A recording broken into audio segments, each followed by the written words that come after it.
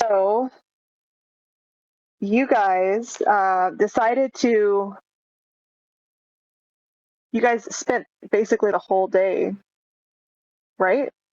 Or were we like right in the middle of the day? Because I think all you guys did was wake up and then go to the church, right? So I don't think that would have taken all day. Yeah, something like that. So you guys got to the church, you spoke with Donovich, Daya, and you met Doru, discovered what Doru was, and then you went back up. So what are we doing now?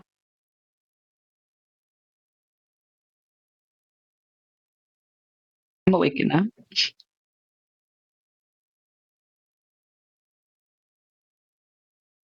Buff Batty. What?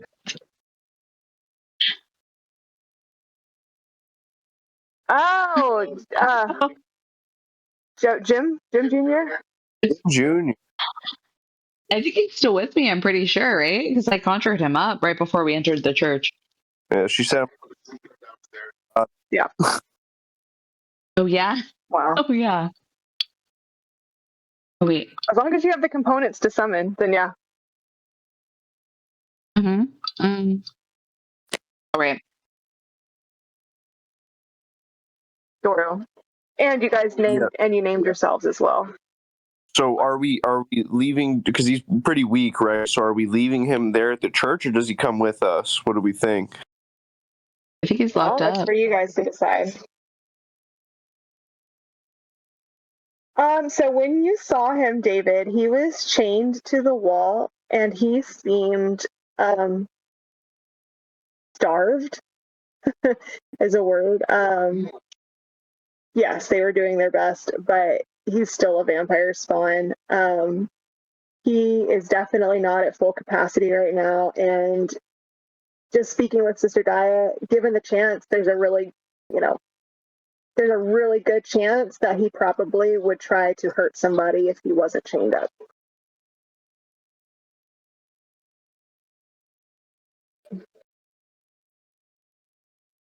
It's fine. You were the one that's. We'll leave him there. Sister Gaia, while you guys are deciding, she's going to come to you and she's going to say, at this moment, we are still doing everything that we can to help Doru. I'm looking into some very ancient and old texts. There has to be a way to sever the connection. I don't think it will be possible to bring him back to life. But what I'm working on is trying to sever the connection that he shares with his maker. Since Tio, you studied under a warlock, is that correct? Correct. Would your character have any knowledge of anything like this? Oh no. Let me see. Make a history? Do you think it'd be history? Or arcana. Make a arcana. Yeah, a history or arcana check, whichever one is higher for you. And do an arcana.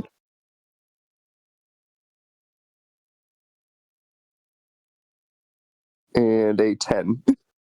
Nice. I see it. Okay. You have covered lots of different kinds of creatures, many different types of undead things, but this is very new to you. The realm of vampires in general. You probably were not even aware that there was such a thing as a spawn versus an actual vampire versus a ghoul, before you arrived in Barovia. So they're kind of vampires and werewolves and Frankenstein. They're all kind of the same. I was stuck in a red. I said I was stuck in the library, but barely read. Yeah, pretty much.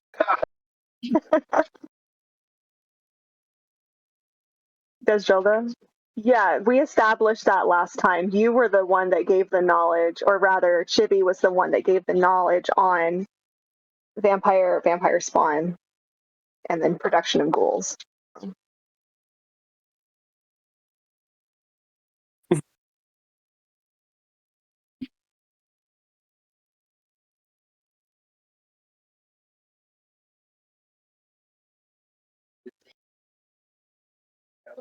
I Yeah. I feel like meeting the baddie is probably one of the worst ideas. We should go into the village and investigate how this happened to somebody. If it's the priest's son, it can really be anybody, right? So I think we should go and gather information in the village. Well, if you're looking to explore the village, Sister Gaia steps in, and I could really use your assistance with something else that might be related to Doru's transformation. There has been an influx of disappearance of children within the village. It's not unusual. However, I believe that this might have to do with a group of, well, a coven of witches outside the village, but I can't prove it. There was a woman within the village. Her name is Mary, though some of the people in the village call her Mad Mary, her daughter recently went missing. Although her daughter is not a child per se, she's 15 years old. She has recently gone missing, and she might have some information to where we can find this coven. Yes.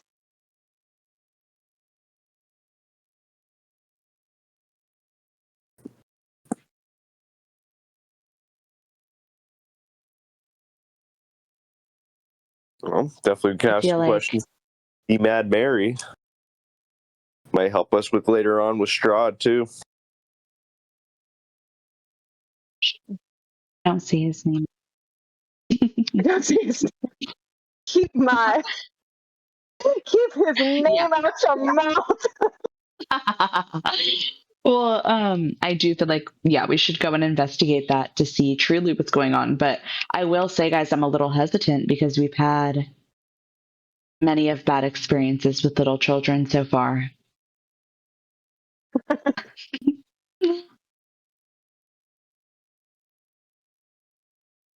Mhm. She's not a child. She's about 15 years old. Daddy, I love him. Right. Right. Let's do it. All right, where are we going? All right, so Mr. Gaia is going to point you in the right direction. So technically, the house that you're looking for is this one right here. But you have the freedom to move about the village if you would like to investigate something else, or if you're looking for someone, or if you're looking for resources, additional information. I would also like to point out as well that Death House is here. And Pedrito's character still has the deed to both Death House and a windmill that you're not certain of, which he did share with you guys. Now his character is going to stay behind in the chapel for this session, and he's going to, since he is a paladin, he's going to be working with Sister Gaia on perhaps a cure for Doru.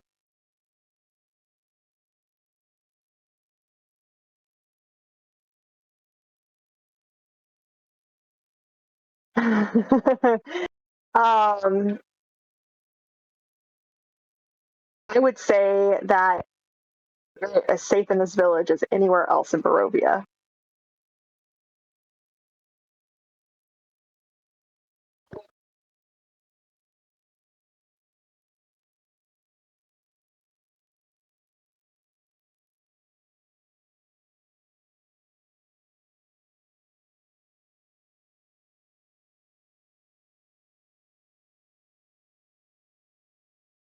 Or you can all go together.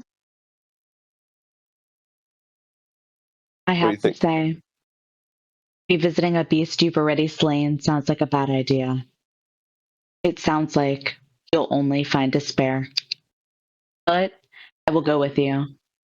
Listen, I've seen a couple of horror movies, and I'm not willing to be split up by the only people that I know have saved me before. Myself, most of the time. Um,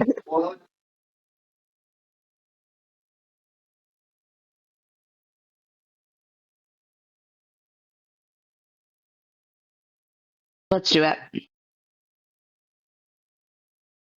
I'm thinking here. I'm a looter at the end of the day. And so I'm gonna I'll still follow y'all towards Death House, but I want to peek into some of the places, maybe talk to some people along the way. So I'll still be kind of in the route, but I want to pop into some places. Very good. Okay. All right. So you guys are going to take off towards Death House again. All right. Very good. So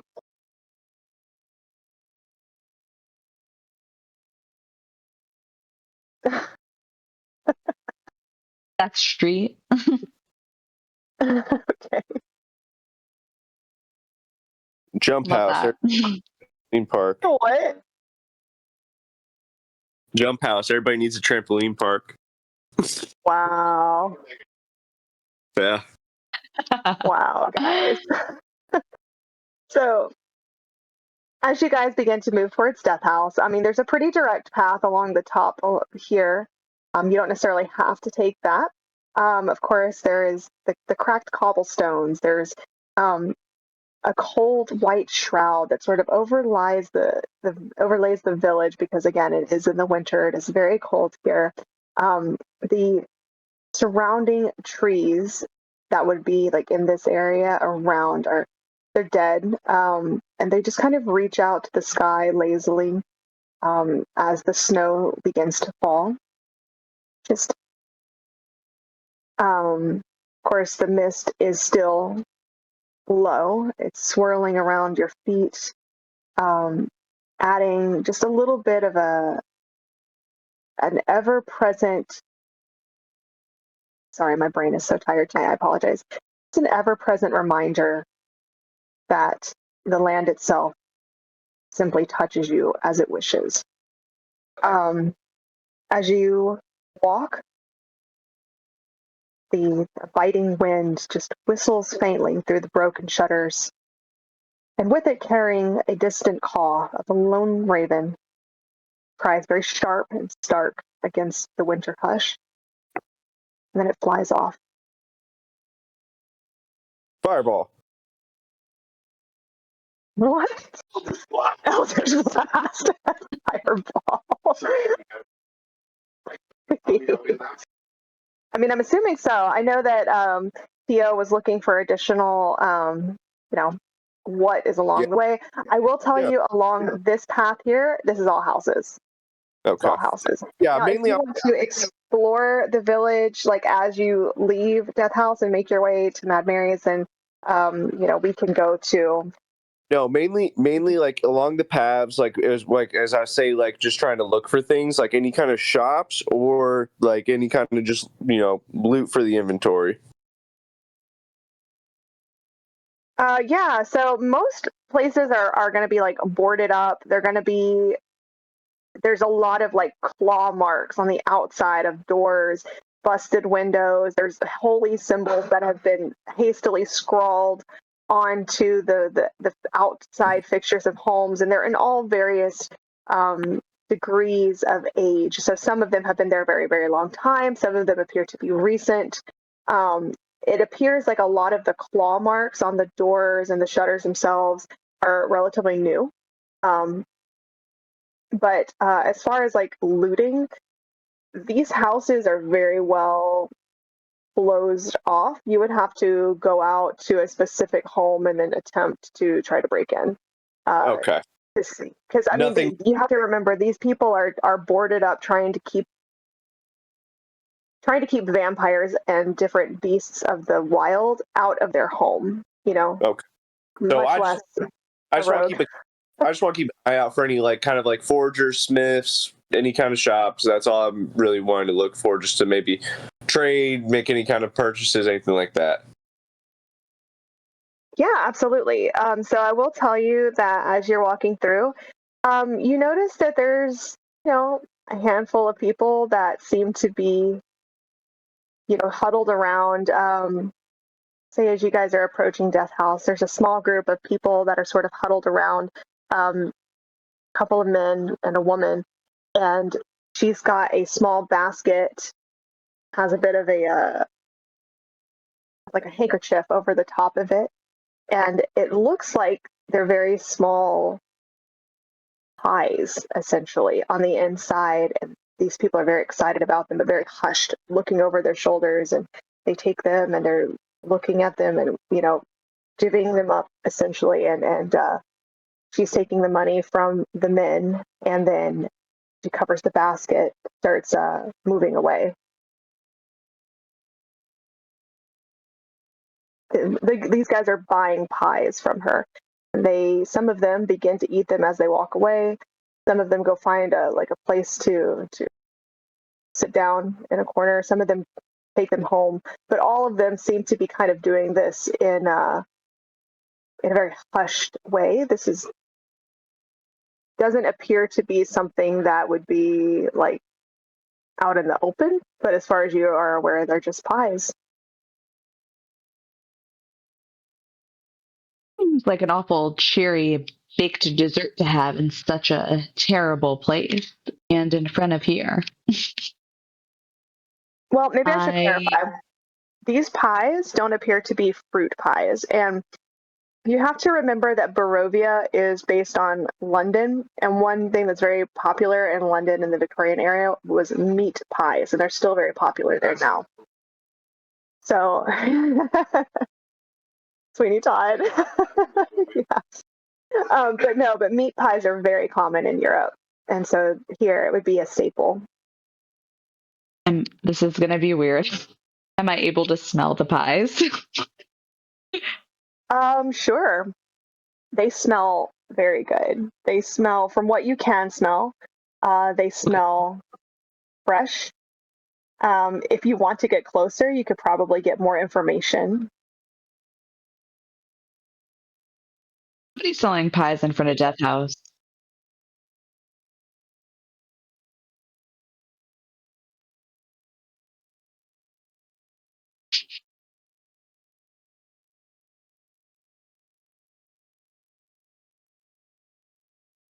All right, I guess I will approach slowly. Why am I kind of scared? Am I able to do kind of gauge my senses over here, do a little insight check? Am I able to get a vibe from this lady? Sure, do an insight check. All right, I'm going to do it. Ooh, 23. Oh, that is very good. That's what's up. As you approach her, she is cloaked, and she has, her basket on her arm, and she just seems to be moving without really a purpose. This is clearly a dealer. But she is beautiful. Since you have recently come in contact with a member of the undead, two different ones actually, you can tell that she is not a vampire. She is a little bit of a fuller figure, but she is in the best way, like very curvy. She's beautiful, smiling. She's got lips like honey. Like she's just, yeah, she seems like a baker that knows what she's doing, like never trust a skinny cook, Right. Yeah. And so she's got a little apron that's kind of tied over her dress. She seems to be like maybe in her 30s. So like she's a businesswoman, you know what I mean? But she seems very kind for Barovia. But your overall sensation of her is mistrust. Because that was a pretty good goal. I think, right. I think we should keep it moving. Sweet Pie Lady and Land of Death? No, Sweet Pie Lady and Land of Death? Wake up, Dio. Wake up. I'm going to buy a pie. I'm going to ask her how much pie is. Hello, seriously? I haven't seen you here around before. She gives you a very big smile. I'm more interested in the pie. Tell me about it. Okay. She laughs. I'll sell you one for what did I say on this? 1 gold piece. 1 gold piece. All right. Yeah, you want to cover my tab here, Veska? I have to tell you that I strongly fear what this lady put in the pie.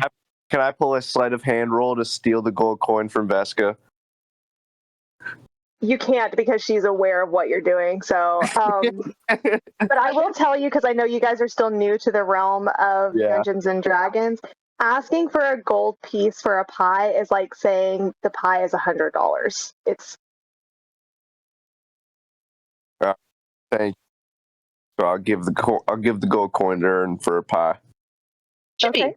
She takes the gold coin and puts it in her pouch, and she hands you a crispy, delectable pie. And she gives you a wink. Walks off. Bet y'all are jealous now. I absolutely am not. I strongly disagree with the fact that you should eat that pie. I think we should take the pie for testing. I'm scared. Well, can I investigate the pie or anything to see if it gives me like any healing or anything when we're in battle? I just you can investigated the pie. Okay. No, you investigated her. Yeah. All right.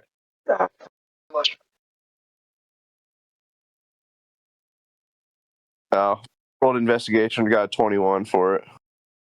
For 21 for investigation. It is in fact a pie, and it is made with meat. And you did get a deep natural 20 on that. I will let you guys know as far as the rule of nat 20s.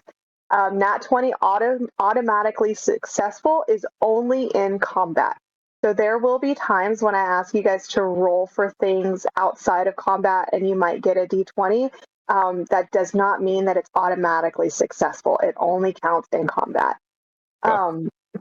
So as far as, but it's a very good roll. 21's a great roll. So, I'm sorry, 1d20 plus 4. I didn't see 17 plus 4. I apologize. I'm sorry, guys. It's been a very long day. I was in the sun cooking for a while. So. Okay. So it is indeed a pie, and you break it open in half, and it has gravy and meat and vegetables in it. There does seem to be some kind of magical aspect to it, but you're not 100% sure. But from the context clues from a bunch of people trying to buy these pies, it's not poisonous. You don't know what it is. At this point, I'm going to say that she's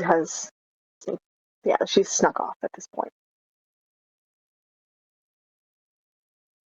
All right, I'll break off a corner of it and give it to him.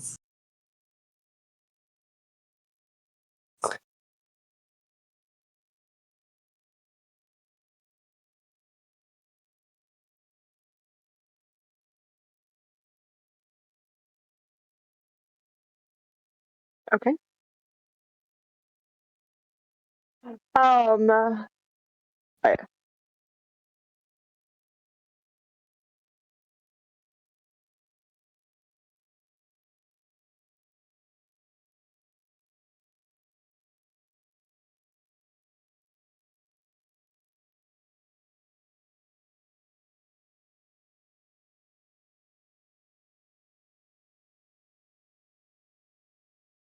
Okay. And this is a spell, or is this a?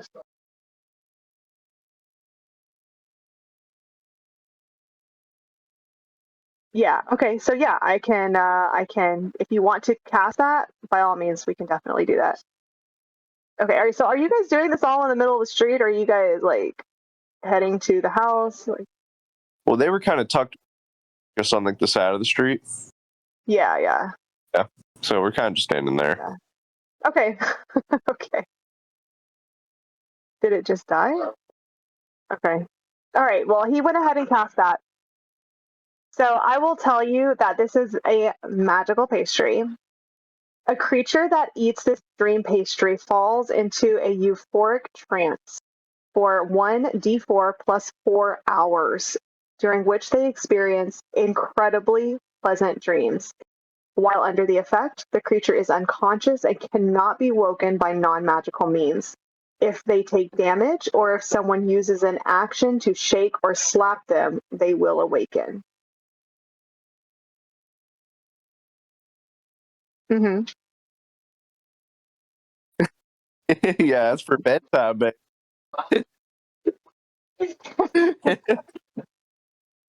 You guys are so dumb. All right. Yeah.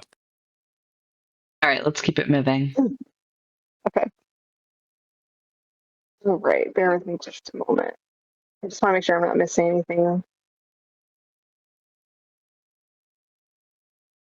So, what, David? Okay, so by the way, let me see that spell one more time. I just want to make sure that I'm telling you exactly, because I don't need to tell you more than what it's giving you. Use them. How many charges?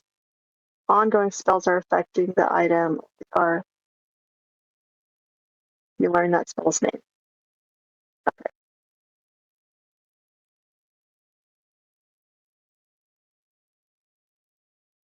Okay. Well, and also you would also say that there's a reason that people are buying a pie for a gold piece as well. Yeah. So anyway, so there. Yeah, it smells really good. It's soft. It's flaky. It's everything that you would want it to be.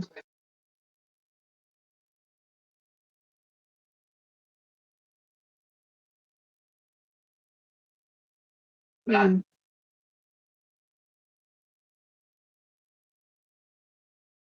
Yeah.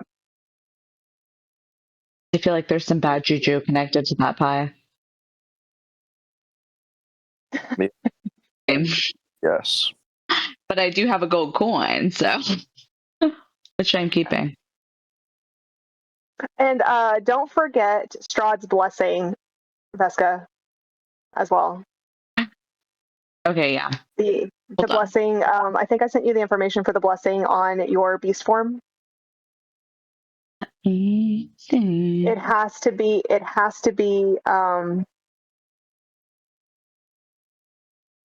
Yeah, it has to be bearded dragon form, and Yes. I will remind you of that now, just so that you have it for. Okay, so once per long rest, you can use something that I call Voice of the Tyrant Lizard, and you let out like a throat hiss that will force creatures within 10 feet to make a wisdom save. And I will go ahead and send that over to the chat. Oh, Thank you. I'll send it over. Yeah. And then the other thing that you have is Barovia's Embrace.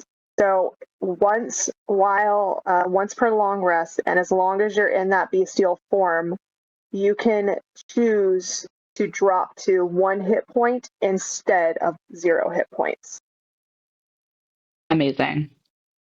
Huh? Amazing. Okay, sorry. Yeah, so I just wanted to remind you that those are 2 things that you have. I'm putting them in the chat right now so that you can see them. And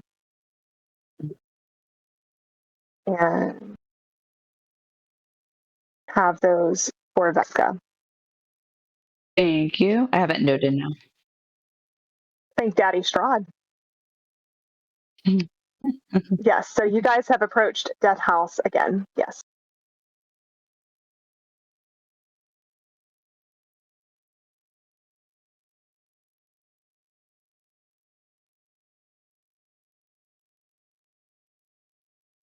It seems to be exactly as you left it.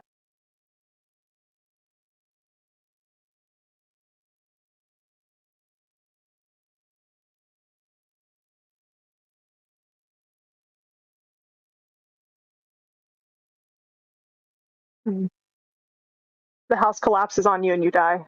No. No.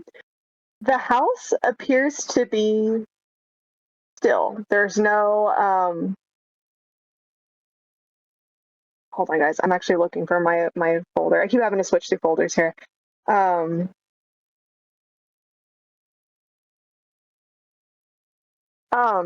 It appears to be as grand as it was, or just to give you guys a refresher, because it's been a couple of sessions. It's this Death House is a grand 4-story townhome. Clearly once possessed an air of elegance. Now it's covered in dark, peeling paint, and the windows are like shuttered eyes. It's just very dilapidated, essentially. But as you guys revisit the house, you go through the front door. Chibi is reading the deed. Nothing appears to happen.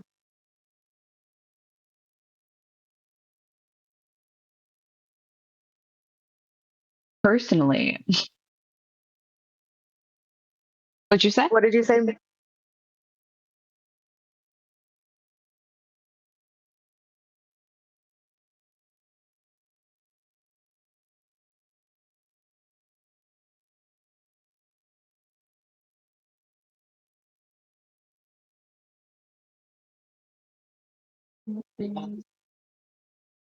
Guys, I'm switching maps really quick. I completely disagree with that sentiment that we own this place. If anything, we've barely escaped this place. This place wants to own us. Can you guys see this map? Okay, on Yes. No, okay. No. Death House. No. There it goes. Okay. I just want. Yes. So you guys are like moving into here. Oh, you guys are like here. Okay, sorry, my bad. And Fendrel's not there because he's doing stuff. All of the doorways had blades in the doorways when you guys were trying to escape.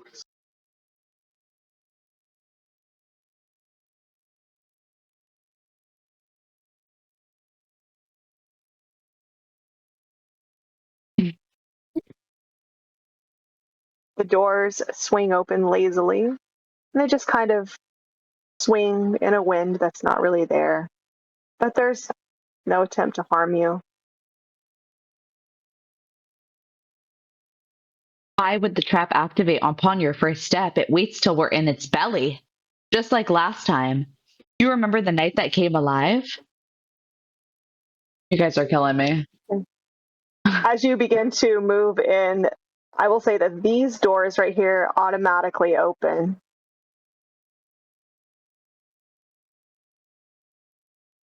Okay. Okay. As you continue walking, you come into the main hall there, and as you step in, fire lights itself in the hearth, and the house is a creepy, haunted house that appears to be yours.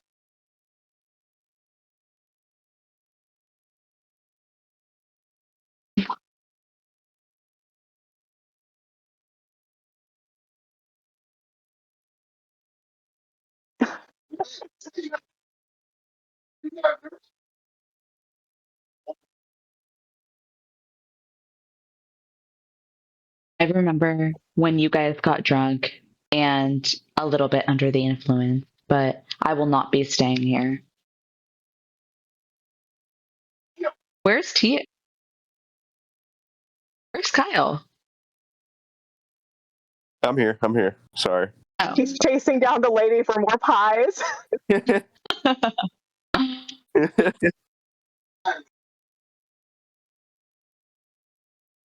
What? Why do you want to be here so badly?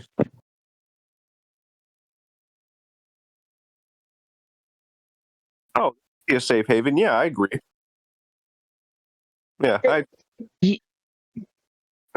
Should be do an investigation check.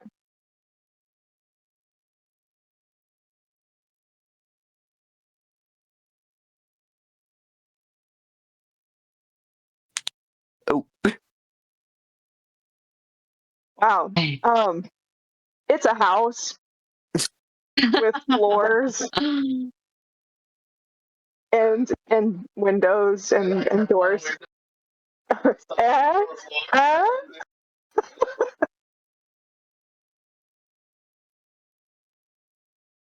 Yeah, I mean, we don't got paid to stay here.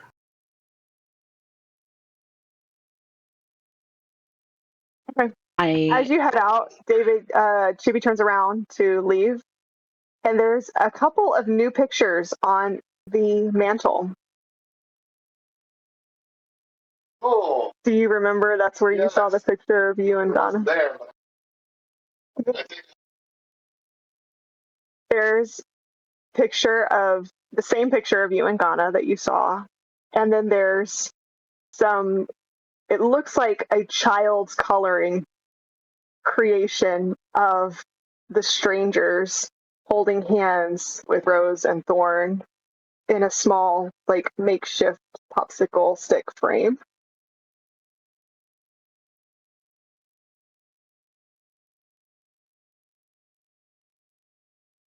You hear like creepy, spooky sounds from upstairs. Ooh.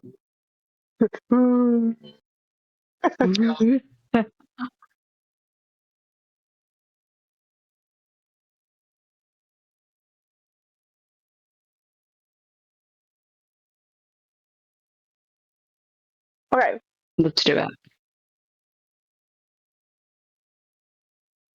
I absolutely do. Veska's probably the safest person in all of Barovia right now.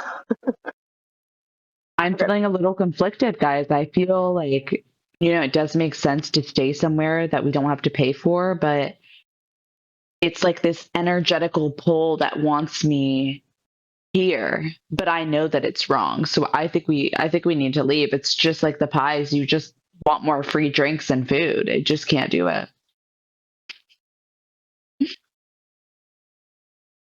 That's right. Good. Wait, hold on. What I do?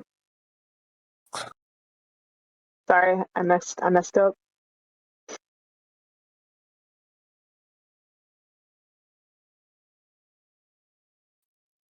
Okay, there we go. Sorry. Yep. Okay, so you guys are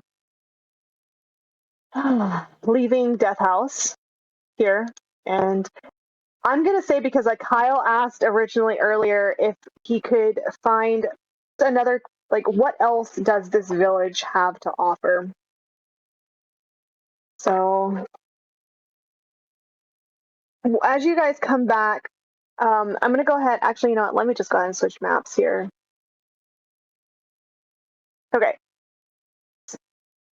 So just because this is a little bit easier for me. So E7 right here. So this is going to be, oh my goodness, where is it? Oh, that's supposed to be Death House. I apologize. I don't know why they put that there. It's supposed to be over here. Oh. Okay, so the house that you guys are supposed to be going to right here is Mad Mary's house. The Mercantile is right here.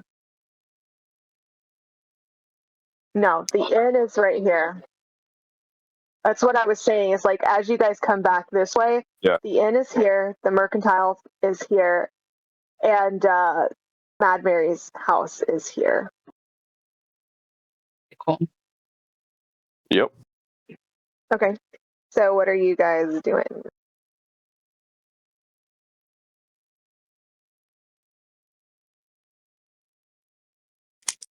Let's do. Can you guys hear me? Yeah. Yeah. Oh, okay, cool. This error just popped up on my laptop. All right, let's do it. I agree.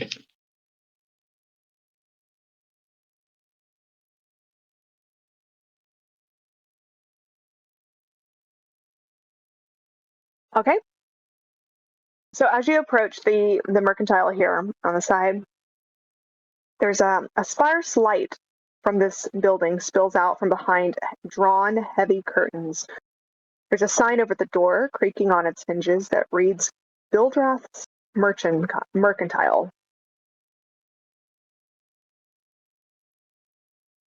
So, I know that you guys don't have the player's handbook. Let me grab it really quick. Can you, like, I just need more space, bud. Thank you. Huh? Sorry. Oh,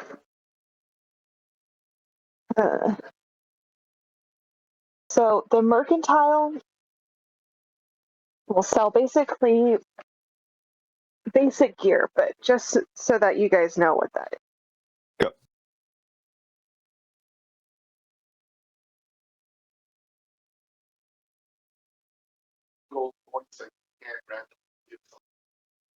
Really? Distract him and I'll do it. Ow.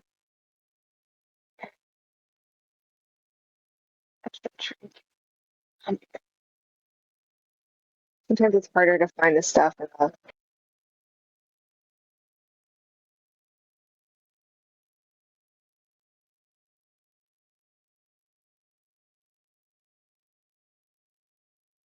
Yeah, normally they're just looking to steal stuff.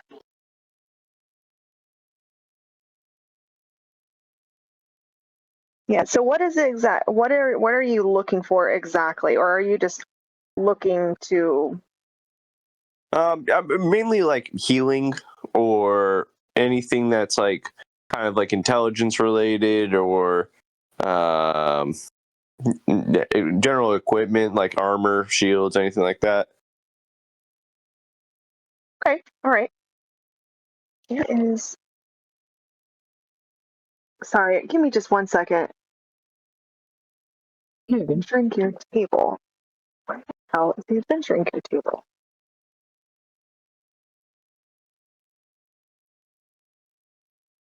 Okay. I never know where you guys are going to go. I really thought you guys were going to go in a different direction, so I didn't have any of this planned. I apologize. I know. So, okay. So everything that would be in this mercantile is going to be in the adventurers table. So it's basically all of your regular adventuring gear. Anything that you would need. Trying to think of ropes, any kind of components that you would need. Buckets, candles, clothes. Costumes. If you need a druidic focus, like a sprig of mistletoe or a wooden staff, a hammer, or something like that. There are. I know you were looking for. What's it called? Intelligence based. So, let's see. They have weaponry. Rest kit.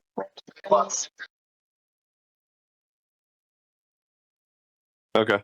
No, don't do that. Don't do that. There's a reason. So there is a healer's kit, but that's for stabilizing, right? I think it's for stabilizing. So are you looking for potions? Yeah. Okay. So I will say that potions are a little bit harder to come by. They're not something that you would find at the mercantile, though. So as far as the mercantile itself, the owner is Bill Drath and Tamir. He is he's known for trading the Vistani. He is very happy to make a profit off of anyone, basically. So as you go in, he's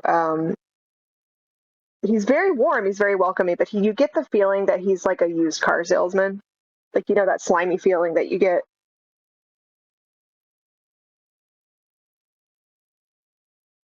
So, what would you like to do?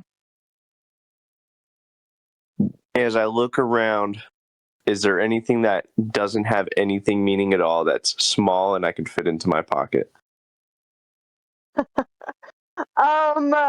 Let's see. Make a sleight of hand check.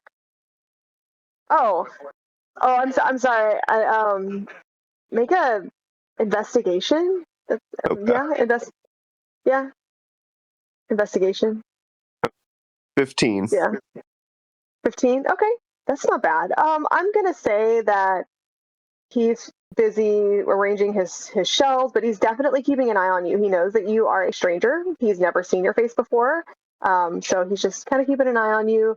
But there is a box of small, like, Ball bearings. I would say that there is a pretty decent amount of like screws, things that people like screws, nails, any sort of metal clasp that people could use to board up their houses would probably be something that this mercantile sells a lot of because people are always trying to do more to protect their homes. And so it probably would have quite a bit of material for doing that. Okay. Well, the people need this stuff, so I'm not going to try and steal any of it. Right. But the stuff that would be more of value are going to be kept like behind the desk, essentially. I'm not going to bother to piss anyone off yet in this town. Okay. Yeah. We'll hold off till maybe after Matt. Maybe I'll steal something from Mad Mary's house. Okay. Sounds even better. Wait, I'm not in there with him, right? I'm just on the street. You entered alone, correct? I don't know what you're doing. You didn't say. All right. You can do Well, whatever if you I'm want. able to walk in behind him, am I able to kind of poke around? Is there any, perhaps, holy water or maybe a crystal, if you will? There's a couple of things. So they have. I will say that they have 3 flasks of holy water that are available for the price of 75 gold pieces each. Oh my gosh. This is outrageous. He shrugs and says, if you need it, you'll buy it. I don't have any competition. What do you get off, buddy? In this economy? Yeah. I mean, he's very clear that he has no competition. So he sets the prices, and if you need it, then you'll buy it. This is beyond the means that I carry, so we should just continue, and I guess perhaps I'll try to leverage my help for gold coins. Is there anything in the store I could buy with my singular gold coin she gave me? With a singular gold coin? Just one. So here's the trick, and as you look at the shelves, you're kind of browsing. He's definitely keeping an eye on you as you're moving through, because now there's 2 of you in the store. You begin to realize that all of the pricing for everything in this store is set about 3 times what it's actually worth and what you would actually pay for this outside of Barovia. He's a scam. This is a man that has made an arrangement with the Vistani. The Vistani bring in goods from outside of Barovia, and then he sells them for like 3 times what they're worth. Because you can't you can't get these things in Barovia.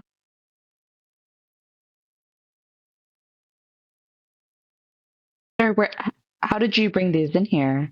In this land where none of these things are from, where do you get these? So you're talking to him now? I'm talking to him. Okay. So he kind of leans over. He's kind of a charming guy, but he's not. I mean, he thinks he's charming, right? He said, "Oh, I have my resources. Everybody has friends in Barovia. You just need to know who to be friends with." Oh, absolutely. I've met a couple of friends myself. It's quite an impressive collection of things, if I do say so myself, but I just can't help to wonder where you're from. You perhaps travel far to get them? Nope. Barovian born and raised.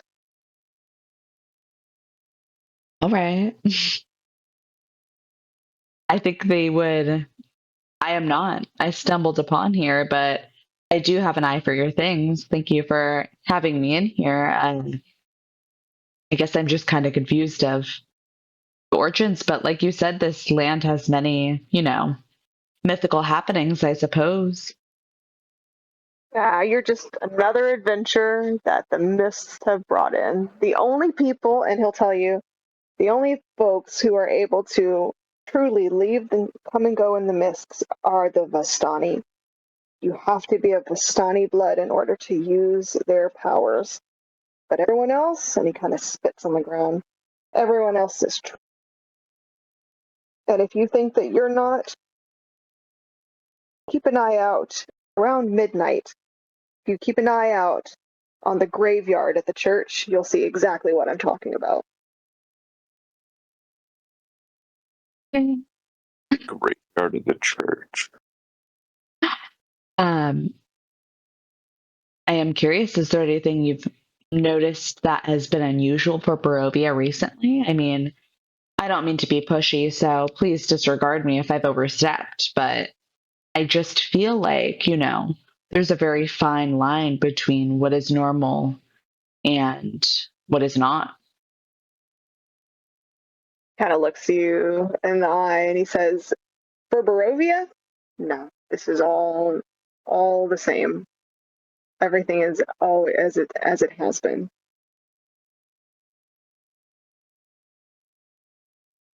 I mean, respect for cornering the market, but I can't afford not but an item, so I guess I'll have to see myself out. Is there any word of advice you could Is there any word of advice you could offer me for free? Yeah.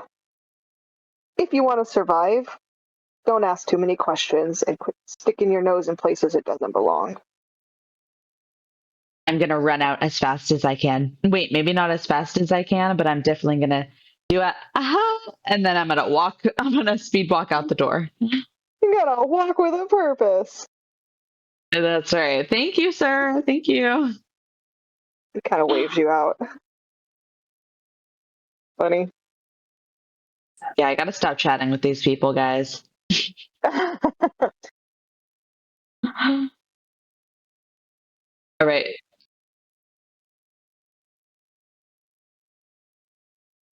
Did you? Okay. What are you looking for? It's the same end.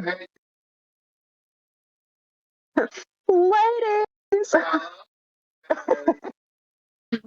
I will say at this time of day, they are not there. Bartender. He's the same bartender that you saw last night. He kind of looks at you blankly as he's continuing to polish his cups. Yep.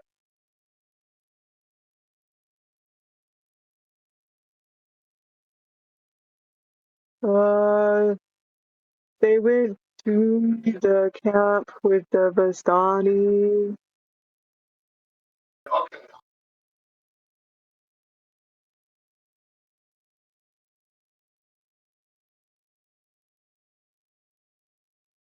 Okay.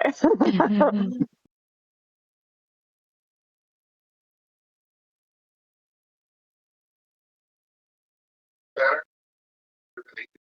What else?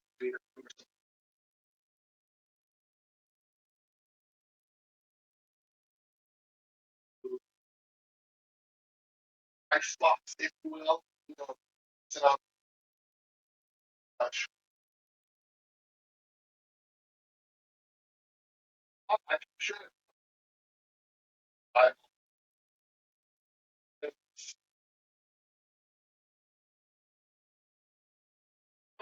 Okay.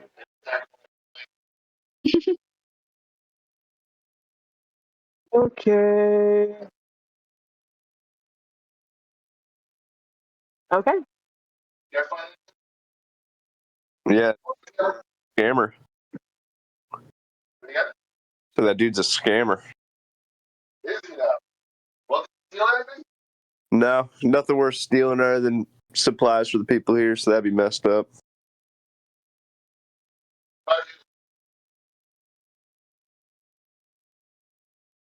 I put it in my pocket, but I will say I learned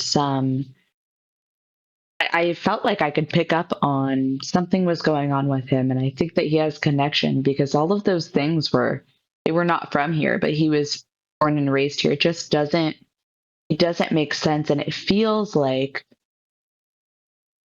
he's stuck here too, but somehow gets those items. So I really don't know what to make of it, but I do know I kept my gold coin because I don't give money to people that overcharge. I did. I was looking at the holy water, but I think that there's nothing I need at the moment. I'm a minimalist, so I don't want to get greedy. Let's do it. Let's make our way to Mad Mary's. Yeah. Quite the trek. Everyone hold hands when you cross the street.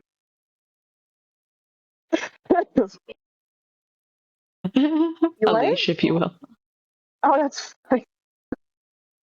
Okay, so you come out on the cobblestone street, and now I can go into the portion that I started writing because I didn't know where you guys were gonna go. Sorry, my role playing skills are not great, and all of my good stuff usually comes from pre-written text. David, I need that power cord, please. Okay.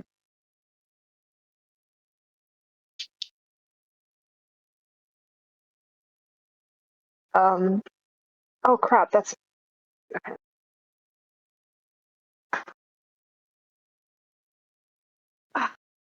Hold on. I'm making a mess. I know, but I don't have anywhere else to put it. Hold tight for just a second. I'm making a mess.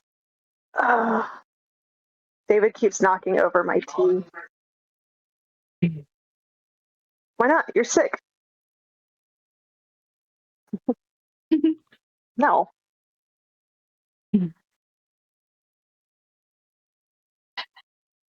Probably. I'm going to send God wouldn't Kyle treat for me a like wellness this. check. Where's my lock? Here it is. All right, I need my tablet, and it's dying. Yeah. Oh.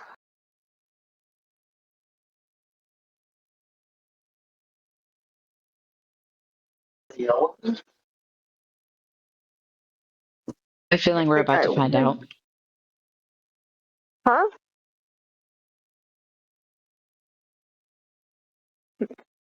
You think I'm crazy? Oh no. How about, can you set this on the thing back there? Do that. Keep it off the. There we go. Okay. You come upon a dark, sagging, two-story house near the middle of the village. Its once bright paint is now cracked and peeling, the shutters hanging loosely by rusted hinges. The air around it still feels stagnant, as though even the mists avoid this place. From within, a faint, wailing sob carries out onto the street, the same sob that you heard as you came into Barovia just yesterday. It rises and falls in a mournful repetition. It's a sound that curls into your bones, the sound of someone who has long since drowned in grief.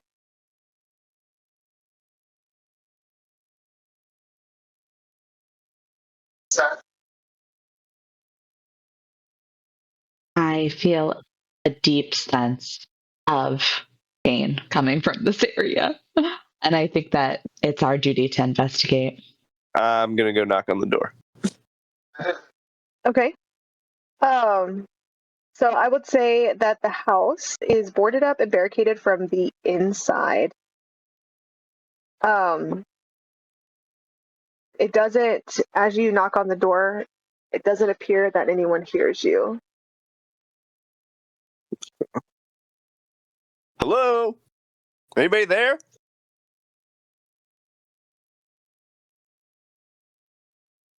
She doesn't hear you, or she doesn't care, but no one is coming to receive you. Well, Sister Di told us we have to come here, so what do y'all want to do?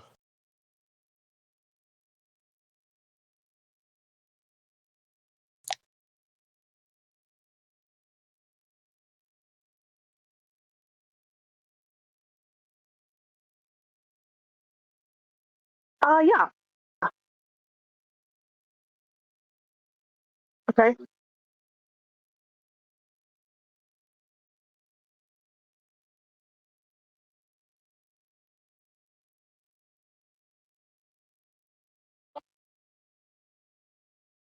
Boom, boom, boom. Let's try to turn towards the part, kind of like. Oh my gosh. Like that. You know what? You guys make a performance check. Yeah. You guys are so extra.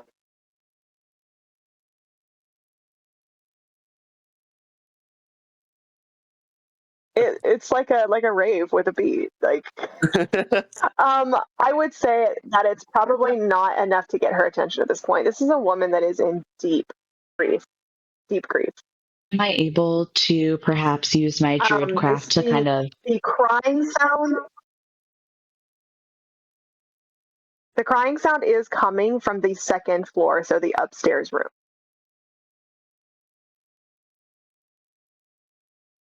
Am I able to use my druid craft to kind of push... You want to use your druid craft to do what?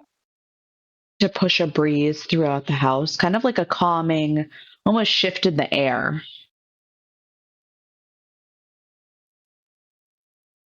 Druid craft. I mean, Jim Jr. up there. Hold on. Sometimes. Can't a bearded dragon set the vibe? Come on. She can do that. No. What did you guys say when she turned into a dragon? It was like,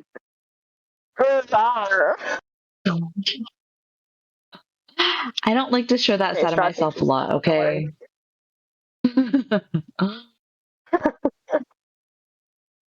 Okay, druid craft is an action? Is it a bonus action? Where are we? No, I think that's just... Wait, hold on. Let me see, because I know I Features and traits. But... Druid craft. Beast hide. Beast Sphinx.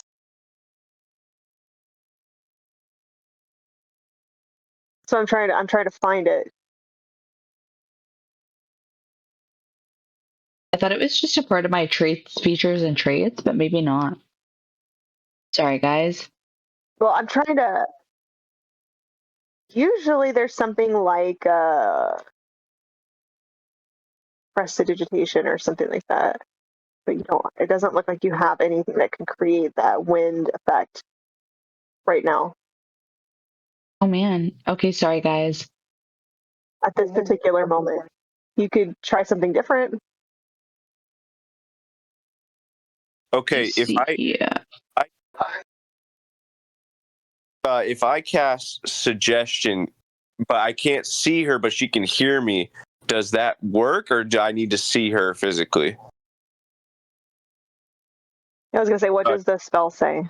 You suggest a course of activity described in no more than 25 words to one creature that you can see within range that can hear you and understand you. Yeah, I have to see, but...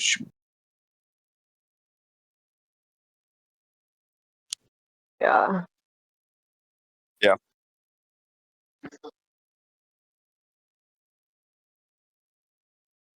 Concentration. Everything looks like it's boarded up from the inside. Yeah. Got it. Open the door before I throw rocks through your window. It's a damn noise.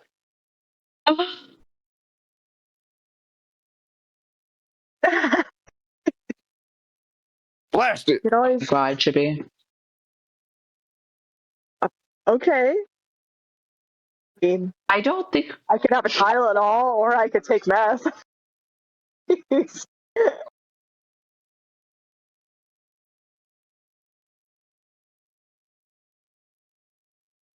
Have we tried just opening the door?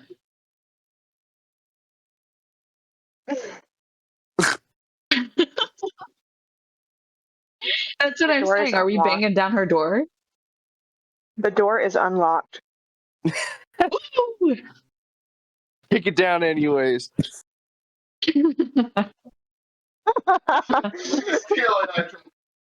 It's a push, not a pull. Guys, I'm crying. This woman is weeping, and you're like, let's blast her window. Like, yeah. Right, it appears that everything is like boarded up from the inside. However, the door itself is unlocked.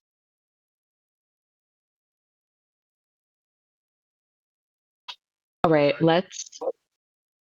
I'm going to enter slowly and very aware of my surroundings. I feel like she's probably not going to be super into 3 random strangers coming into her house, but maybe this way we can get her attention. Are the stairs like directly in front of me? So the house is dim, and the light struggles to push through grime-coated windows. The air smells stale of mildew and dust, and there's furniture that it looks like it's been untouched in years. The floorboards creak with every step, and faint traces of what might have been a loving home sort of peek through the decay. A child's doll is left slumped in a corner, faded rug worn thin by countless footsteps, and the sobbing continues above you, relentless and hollow. All you, Vasca. All right. Well, before we alert her, because if she hasn't heard us thus far, we might as well go through where we are and kind of see who we're dealing with. So I'm going to look around for maybe some of the items that were across the street. Like you said, rope, any holy water, anything that I can take to benefit me. You mean within this house? Like within the first floor? Within this house, but very carefully. I'm not going through and opening and closing and slamming things. I'm more so just taking kind of a look around to see if there's anything I can sleight of hand stick in my pocket. Just kind of assessing. So this is a woman that probably is more like lower middle class. There's not like a ton of stuff there. Her family probably was a lot wealthier at some point, but now she's a widow with a 15-year-old daughter, so everything is just kind of run down, kind of shambly. She's probably not in the best situation. You said that there was a doll down there. Is there any other signs of other children? Does it seem like this place was frozen in time?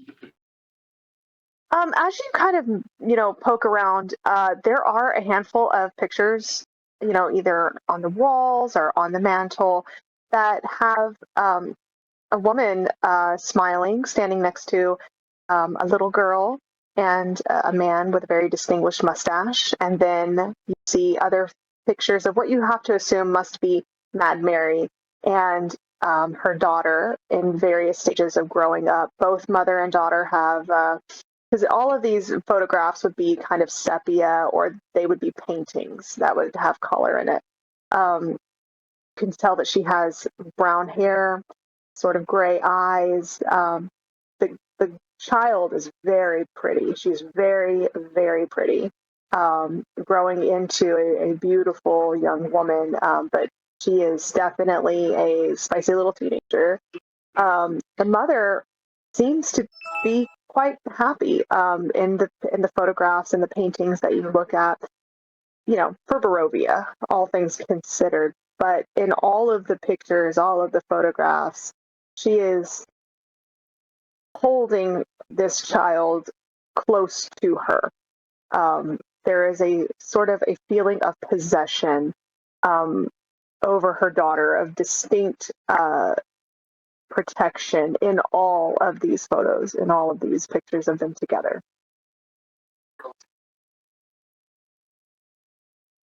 Yes. There's also several things in the house as well, like sigils that are drawn on different places, like maybe some holy symbol trinkets that have been used and tossed aside. Some probably useful, most of them probably not. Symbols of the Morning Lord in various places, nails, boards laying that may have been meant to put up, but she's obviously in a place of deep grief at this moment. So, we don't know. All right. Does anybody else want to do anything down here? Or can I continue going? Yeah, I'm good to go. All right. Well, I get, maybe don't do that. I get the impression Already been possessed by this. I get the impression that this is a really deep loss, and so I'm going to cautiously make my way up the stairs and, like I said, as slow as possible. Honestly, I'm going to even enter in, maybe not with my hands up, but with my hands kind of like in front of me, maybe like near my shoulders or my chest, so that she knows that I mean no harm, because again, we just entered her home kind of unannounced, basically. So I'm looking for her to announce myself to her, have her notice my presence, but very, very subtly, not quick at all, because I can sense that this is a really deep wound. Okay. Does she see me? Your wife. As you go up, so upstairs, you find a bedroom that is essentially shrouded in gloom. The air is thick, almost suffocating.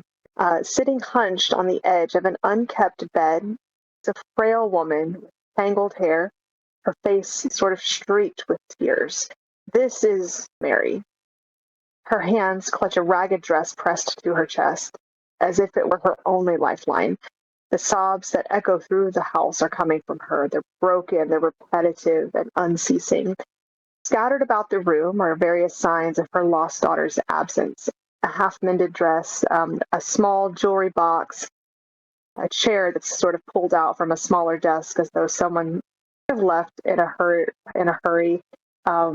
Maybe with some stationery, a couple of different things there, but not 100% certain. These are different things that she would have had through the years of growing up. So there's sort of child things that are mixed in with like things of a young woman. But yes, she's not grown. So as you come in, you see this frail person. So you're going in and you're kind of announcing yourself. Yes, very, very lightly, though. It's not very abrupt, more so just kind of peek, almost like, when you are younger and your mom peeks her head into your room just to see if you're okay. Obviously, This woman is not okay, but yeah, very slowly. Bold of you to assume my mom checked on me.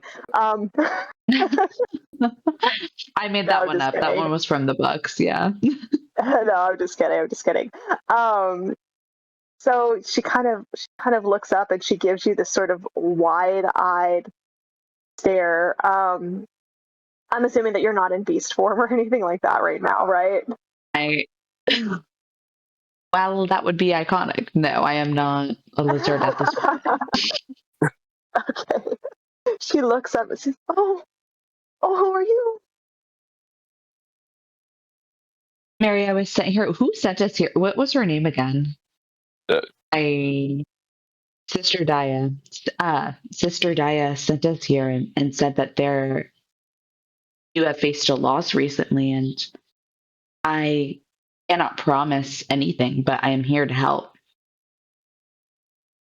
Oh, Sister Daya sent you. Oh, merciful morning lord. She sort of like hugs the dress to her face as if trying to breathe, her daughter back into it, and wipes her face with it.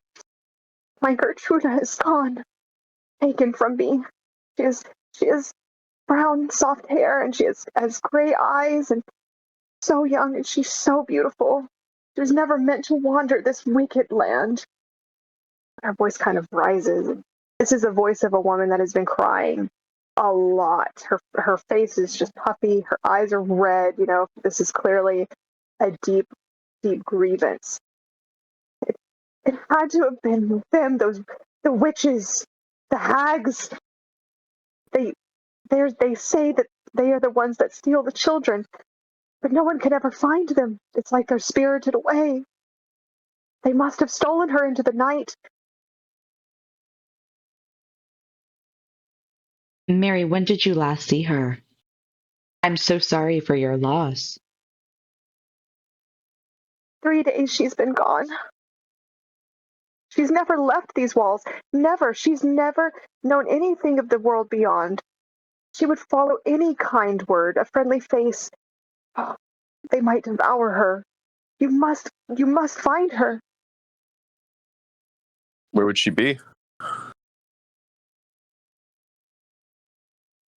They say that there are hags that live at the windmill. Incredibly fierce, ugly creatures. They say that they eat children. She must have been kidnapped. Without her, I am nothing. I would rather the devil have taken me himself than to lose her. Where's the windmill at?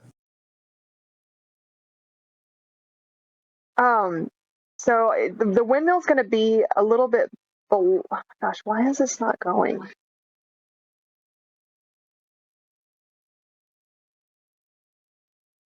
A deed for the windmill?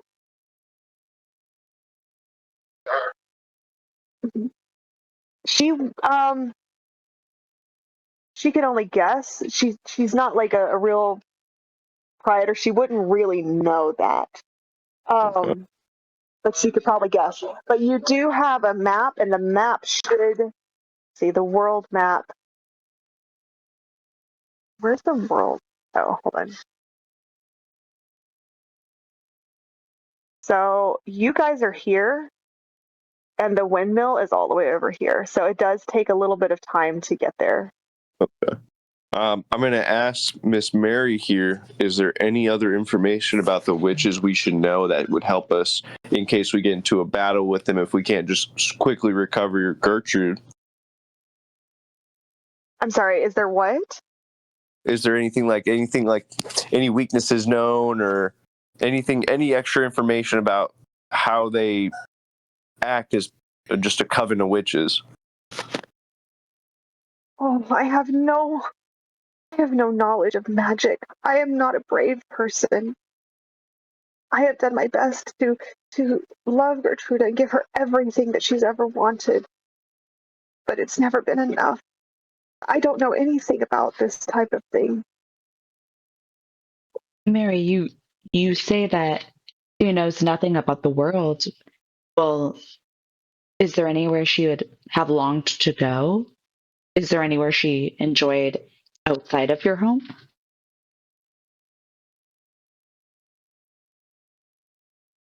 Trying to think. Sorry, I'm getting a glass of wine if you can't see me. No, it's fine. I'm also eating in the middle too. Oh no, you're good. Sometimes she would frequent down by the river to play in the water a little bit, but we always have to be very careful, Things are very dangerous in Barovia.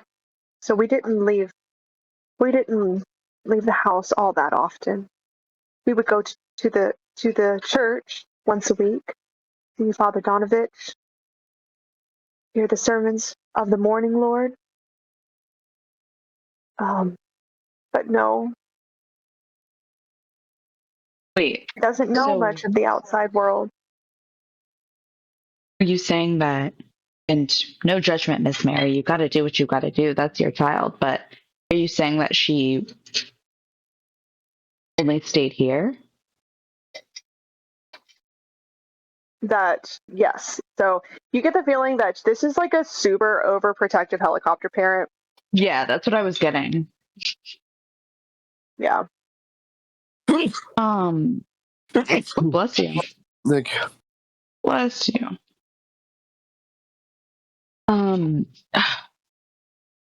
Has she talked about leaving before? Was there anybody that she has met recently that could have motivated her to do this? So, overall, she's very silly. She is the equivalent of a Twilight fangirl. She is the equivalent. I'm feeling really connected to all these characters. Yeah. Yeah, so she's very imaginative. She is very idealistic because she has never, she's never really had to, she's never really been in the world. So everything is very idealistic. A bit like Syndrome, She doesn't really know that people can be bad, or that people lie, or that people are not truthful. Was there anything that has come about recently? Like, I don't know, there was something at a place, or she took something with her, left something with her when she went missing?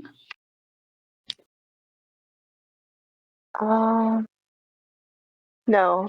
So when she disappeared, it was just that. She disappeared. There was nothing else. I'm going to share something. I was looking for something to share. Hold on. So This is her. This is her. Just so that you guys. She's gorgeous. Yeah, she's super hot. So anyway, so that's her. Just so that you can have like a mental picture of who you're looking for. So yeah. So she's very pretty. She's very naive. She is very idealistic. Very, very child.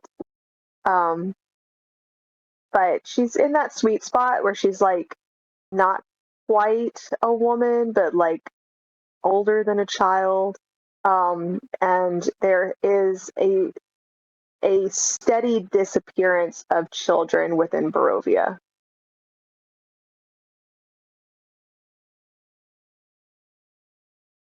Sorry. Have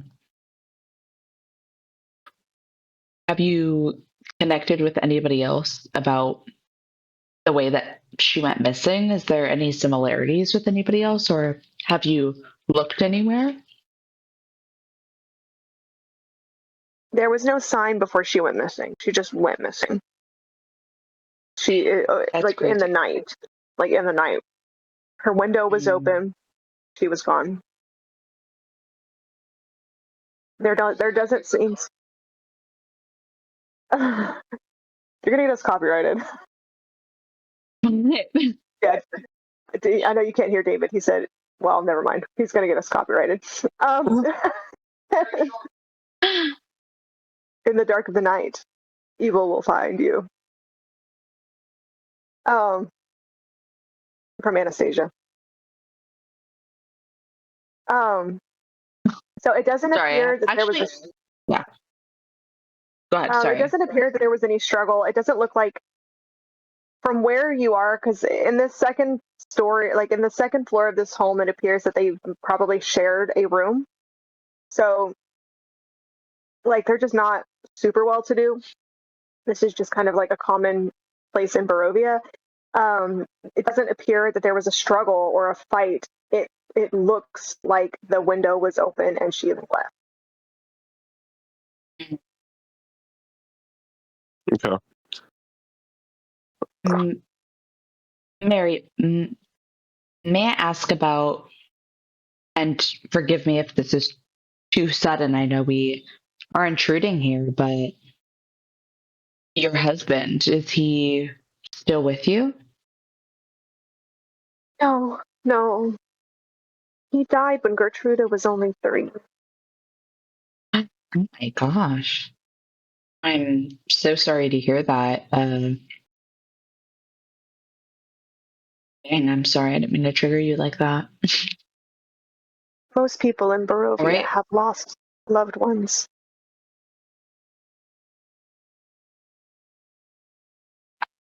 I don't think I'm going to probe that one.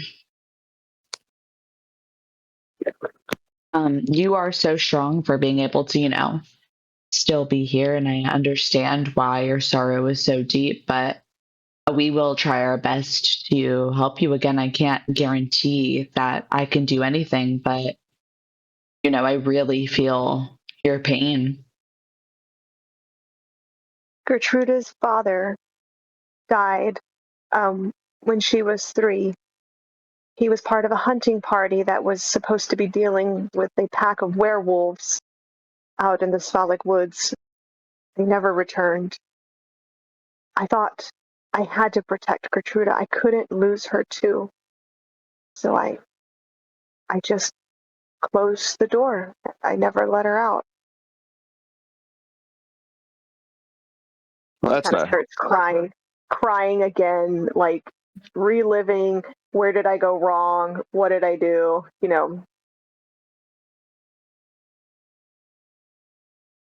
Oh. Can she hear us if we whisper to each other? Probably. You're all standing in the same room. Yeah, that's true. I was gonna say maybe we shouldn't do that actually.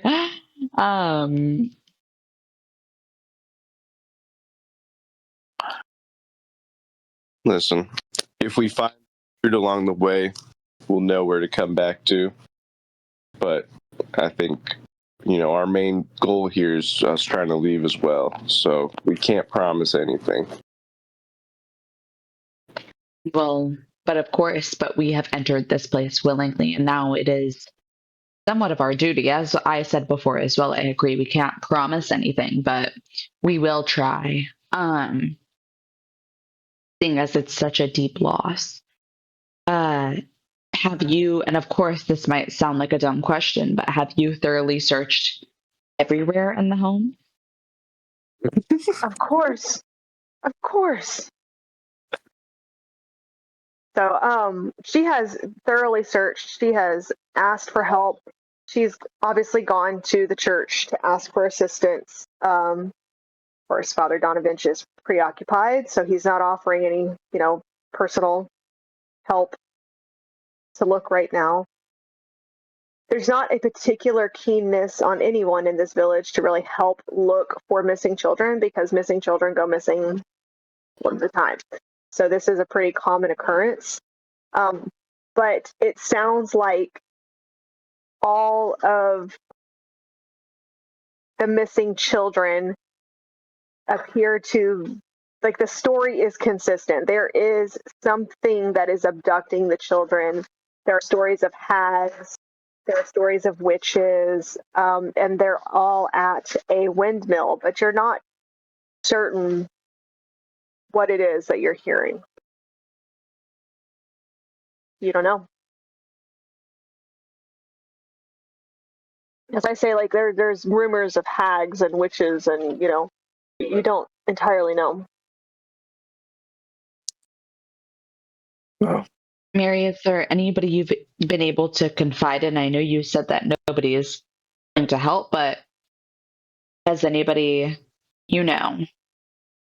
faced a similar tragedy and gotten farther in their investigation? So no. So Okay. I asked Father Donovich for help. Sister Daya must have been there too. She sent you. Won't you help me find her? Put a stop to this for everyone.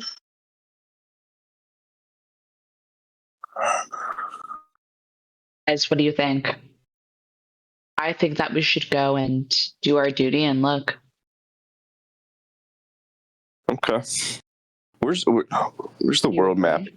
Is the windmill in the village, or is it somewhere else?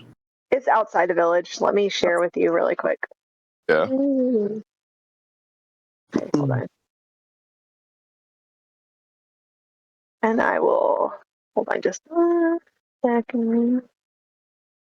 So as the crows fly, oh no, that's not gonna give us what I'm looking for. That's not real. So,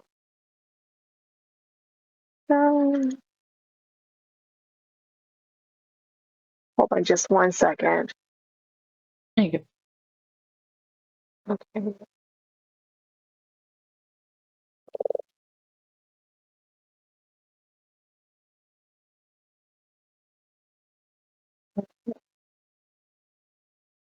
So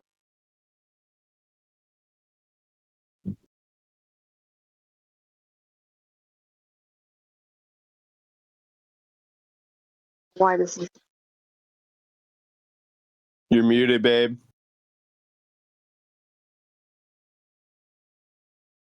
okay, I'm going to share my computer again. Okay, so you can see there where the old bone grinder is and where the village of Barovia is. Okay, so that's where the windmill is. All right. Awfully far away to go, my friends. I think we should stick around here for a little bit longer and see. Yeah, plus we're going to be down to party, mate, if we go all the way out there. Oh, 100%.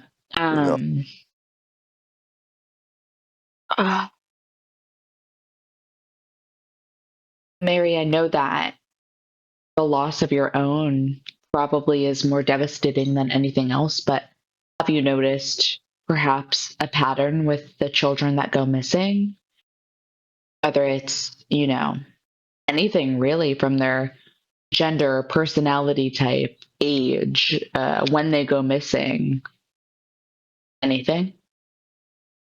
There's really no rhyme or reason. It just they go missing. I also want to clarify on the map. So that distance from the village to the old bone grinder is about 4 miles west of the village of Barovia. So if you like on foot, a party usually travels about 2 miles per hour. On horseback, it's about 4 miles per hour. So it would take roughly 2 hours to travel to the old bone grinder. Just so that you guys have your own personal, it's not like a day's journey or anything like that. Mm-hmm. Okay. Well, then in that case, I think maybe if we're gonna help, then we get through it quicker than later. So, what do you think? I think that we need to retrace our steps. Now we are not completely foreign to the villagers around us. And I think now we kind of have an idea of the questions that we need to look for, or ask, and we really should go around and pick up some context clues. Are there I'm thinking of actual true crime, like when people go missing, are there signs of struggle? Are there items that are random and not left behind? Because it sounds like the village is pretty obsolete in general. So I think if there's anything that is out of place, out of place in Barovia, that's kind of funny, but something that strikes us as it could be linked to these missing children, I think that we better look around and find out before we make the trek. I don't know, just anybody else's opinion. I'm down for whatever.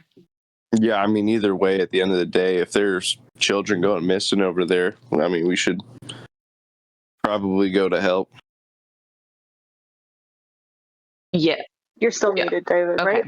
Can you guys hear Chibi? Yeah. Okay, great. All right. Well, I'm ready to go when y'all are. I'm with you. Lead the way.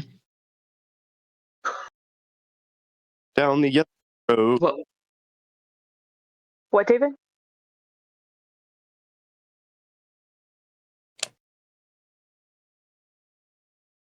What are you eating? Okay, so how about this? Just really quick, because we are approaching 6 p.m. So let's go ahead and take a quick 15, because we've been going since 4. So that'll let me finish my dinner here too. And then we will pick up as you leave Mad Mary's.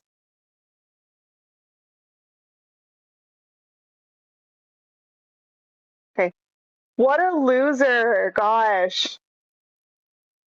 I don't care what you guys say about Pedrito. I think he's great. Oh my gosh. He's good.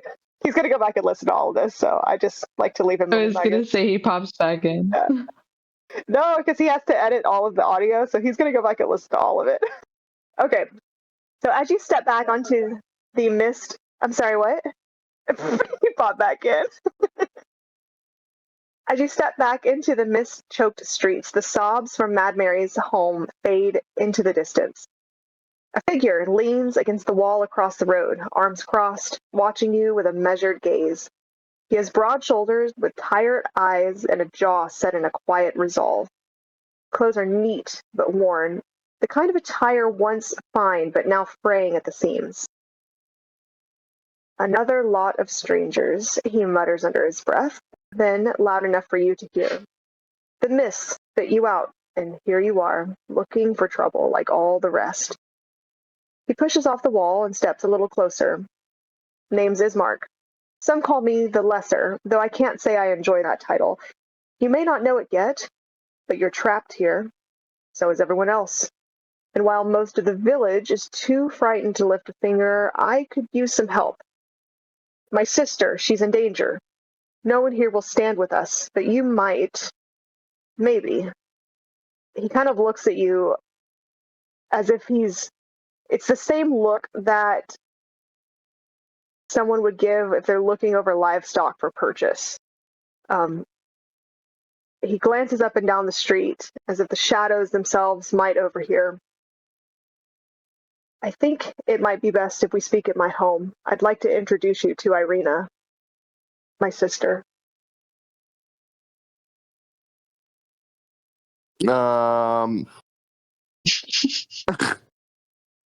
Right. Okay. See, the thing How about do you know that, she's in danger?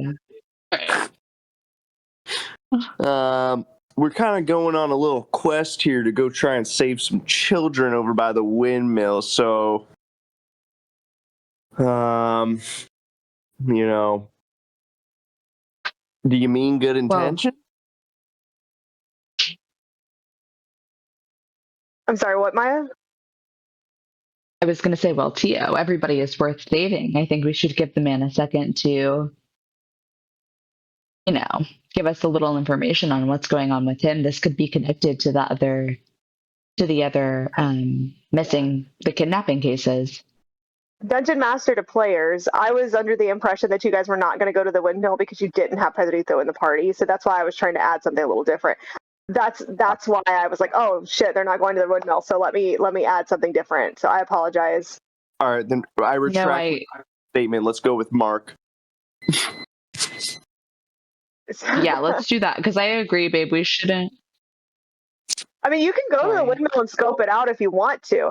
I didn't mean to override. I was under the impression, because I thought I heard someone say, we're down a player, we shouldn't go. So that's why I was like, I don't know if they want to do that, or if they want to pick up another side quest and then just have a couple things to juggle at the same time. Like,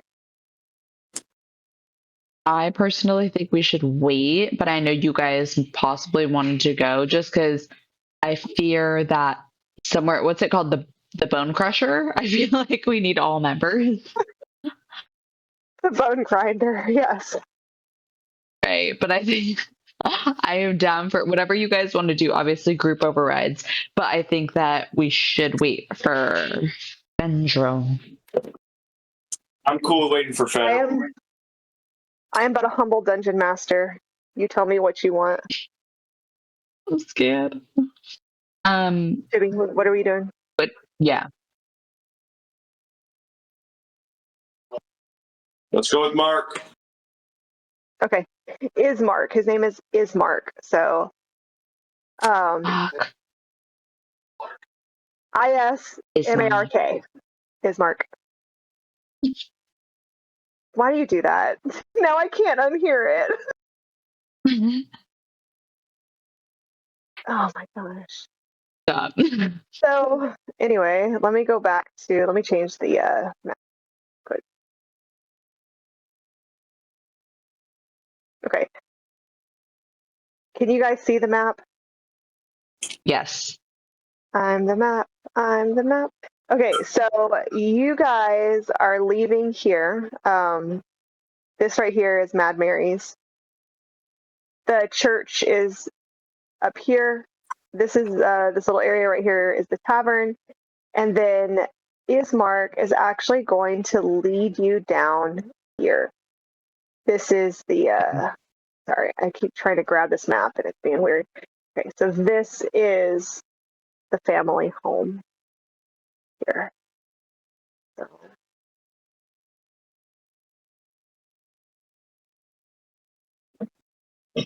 As you guys begin to walk, tell me, what have you learned of Barovia since your time here? I probably know far less than you, but what I do know, really the only thing I know is what I can feel in my bones is that this place is riddled with sickness, energetic sickness. There is something out here in Barovia almost feels like its own predator, but you probably know far more than I do. What gave that away? The boards on the windows, or the claw marks at the doors, or perhaps the lack of people in the street? Honestly, my first interaction was with 2 dead children that were a part of a cult, so. Shocking, but not shocking, not too shocking for Barovia. You guys are just kind of walking along, crunching in the snow. Some of it's slush that's turned to ice. You know, it's very like, I don't know if you guys are familiar with like dirty snow. Like after powder has sat there for a while and people have walked on it and mud and whatever, it just kind of becomes like nasty, dirty ice on the ground. You know, it kind of lends itself to the overall dark gray of this village. And it's not that long of a walk. It's just a couple of doors down from where you guys are.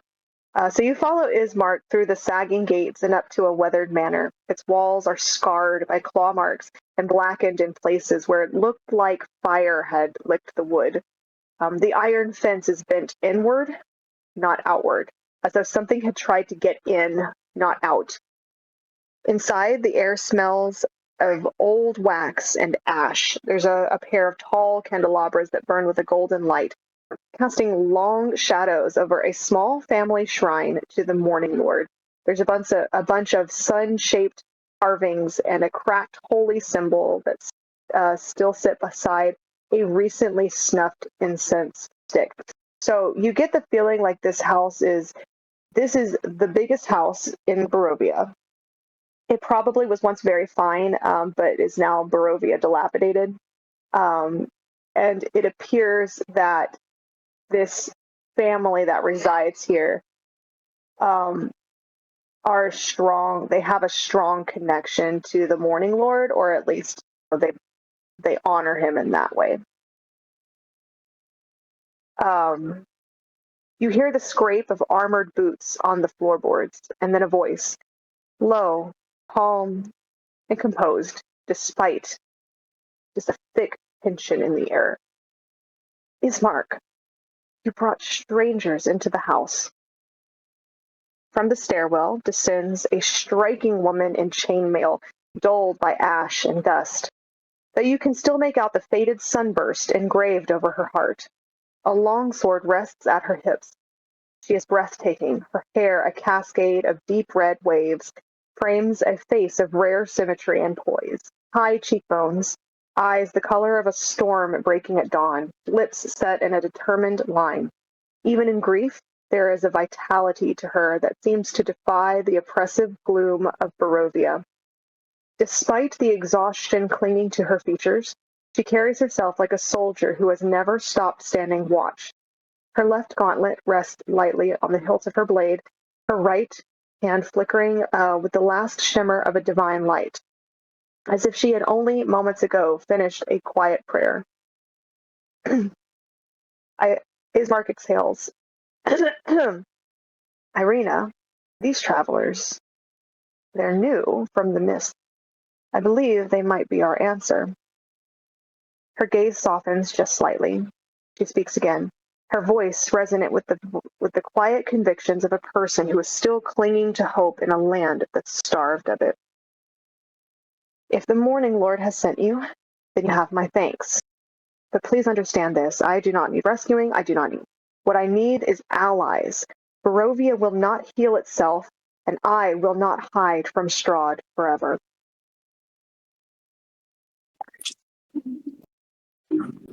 Hey, did you say God?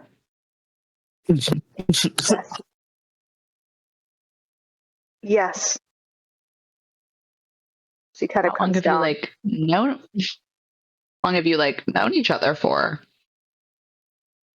Are you close?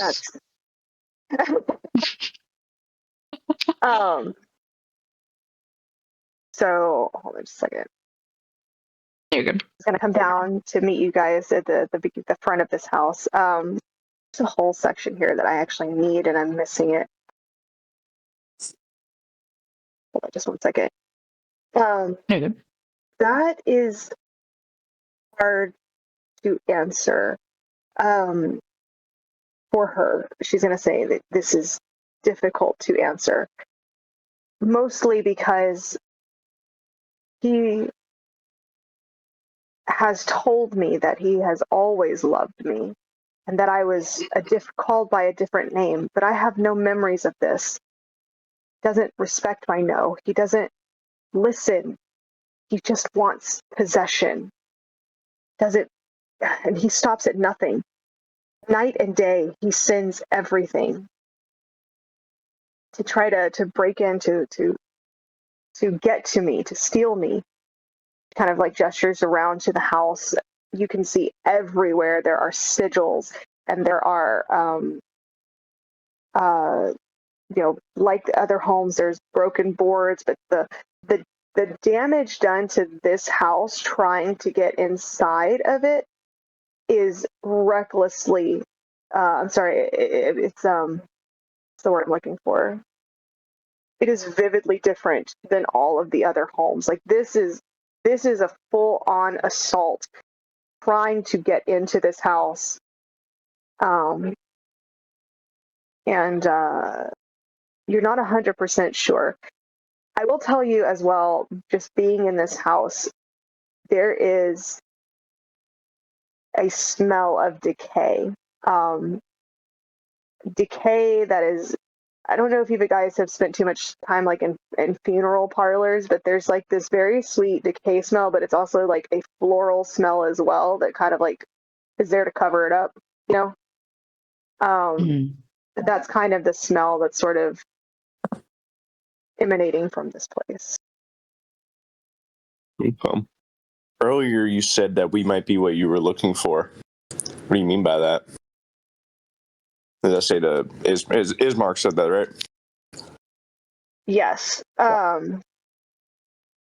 Just one second. I'm actually looking for something. Give me just one second. So. No, you're good. So.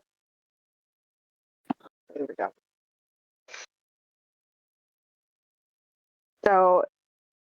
A handful of things. Sorry, this is so hard to do virtually, y'all. I've got so much here all over the place. Give me just 2 minutes. I'm sorry.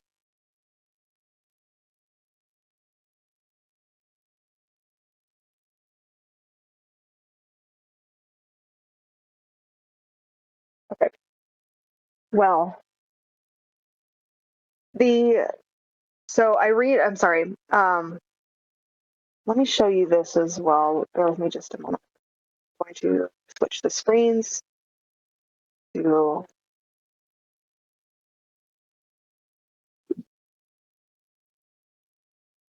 extract this image. Okay. I wanted to show you this. This is Irina and Ismark.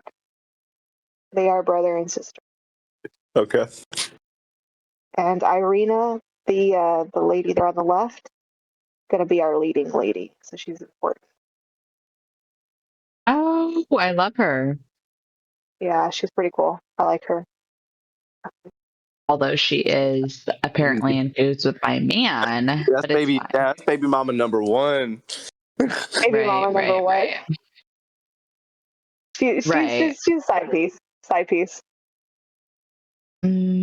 How hunting her for centuries feels like a main piece. I'm feeling a little hurt.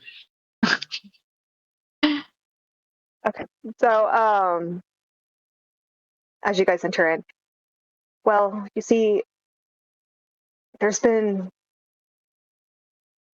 hard to explain, especially to those who've never been to this area before, but Strahd wants me, and when he wants something, he stops at nothing to get it. He is relentless in his pursuit. So much so that he killed our father but a few days ago. And she kind of gestures to the next room, and it's nothing fancy. There's a crude wooden coffin that's resting atop the dining table. There's a pale, lifeless form that is that of an older man. His withered features appear peaceful in death. So there's a fresh nail and hammers that lie nearby, silent witnesses to the desperate work of a grieving daughter.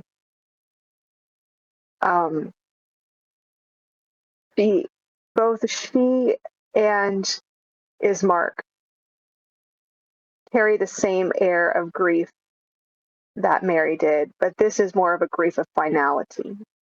Her father has perished in his attempt to protect her from Strahd.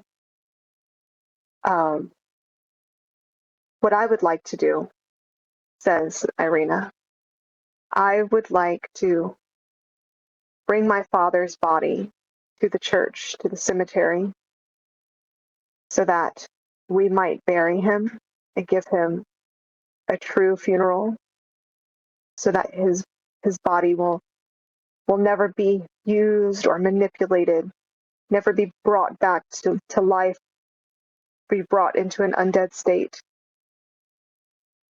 And then Ismark steps in, and I want my sister to leave Barovia. I think she would be safest in a different village. There are many. I think Krizek might be the best place to send her.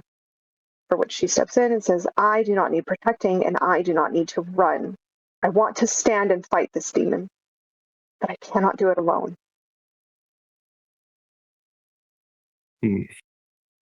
I am so sorry for your loss, and I want you to know that we are with you, but when was the last time that you were contacted by this threat? And I'm sorry to ask, but when was your dad, when did he pass? So her father died 3 days ago. Oh my gosh. So why Okay. would father? She is a paladin. So she has a spell that she can use called David, what's that spell that holy people can use on bodies to keep them from decaying? Gentle Repose. So she can cast Gentle Repose once every 7 days, and it essentially stops a body from decaying. So this body, she's probably been casting Gentle Repose on this, probably cast it at least once to keep it from decaying long enough to get it buried in the cemetery at the church. Why would Strahd kill your father? Because he's trying to get to me. He's obsessed. Says something that he knew me a long time ago and that we were lovers and he wants me with him, but I don't know him. I have no memory of him. He just found me one day and he hasn't let go since. Sounds like a creep. Yeah, we can definitely assist with getting your father over to the church and let you get your grievance. He's not a creep, he's just passionate. I'm kidding, yeah. Speaking. I'm absolutely down to help you.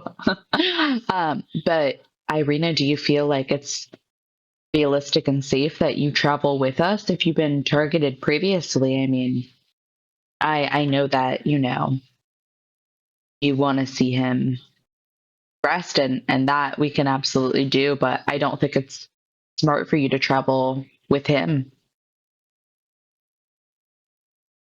She has a look of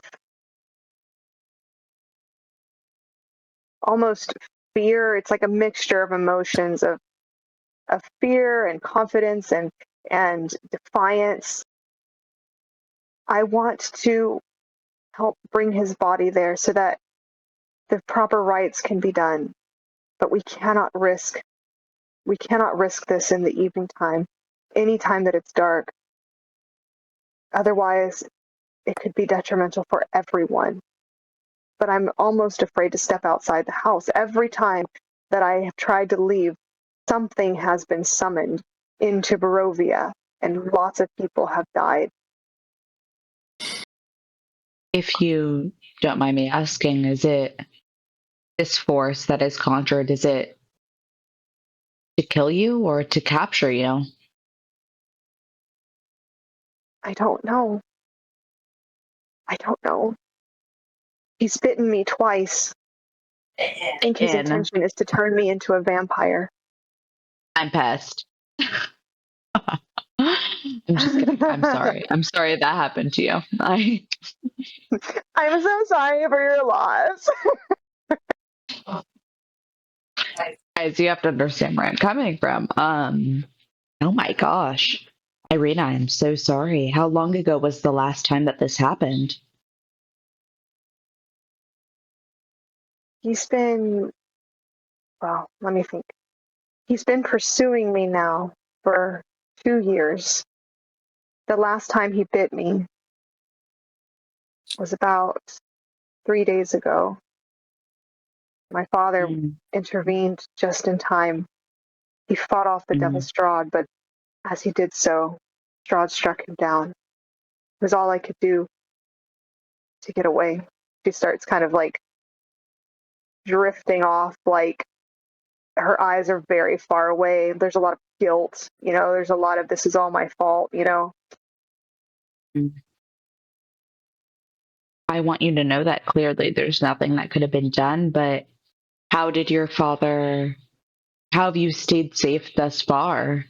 What weapons did you use against him that provided your safety? I am a paladin of the Morning Lord. It is by the powers of the Morning Lord, the blessings, the holy blessings that I carry, that I am kept safe, I believe. Now, you say you've been bitten. Have you noticed any changing of your mind, body? No, not bit. Right. Yeah, I guess, yeah. Sorry, I got confused. So in this world, Chibi, are you still with us?